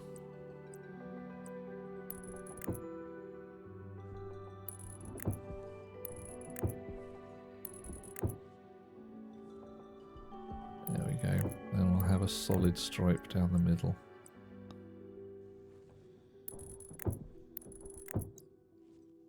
So I have made myself a little room. It's not in any way gas tight because I just haven't done that bit. I suppose with a magic tool I can make it so.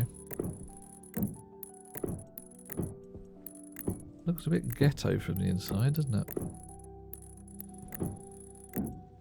That's what the iron walls are like, I suppose.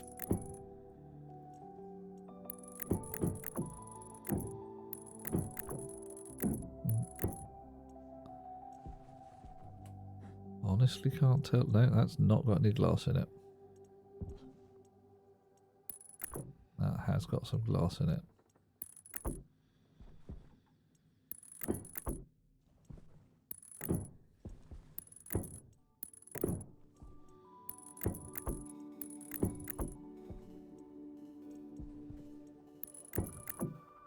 Okay. Nice. My Ask Me Anything flag is always up. If I can't answer right then and there, I will answer another time. Anybody listening in chat in Twitch world, if you like what you've seen, hit the follow button because I'm supposed to tell you to mash it with your face, but frankly a fingertip will do perfectly fine. I hope to see you again at another point where I will be playing this game or a different game. My schedule is there. If you want some of the code that you've seen earlier, it's available on my Steam Workshop link. See you guys later. Have a good evening.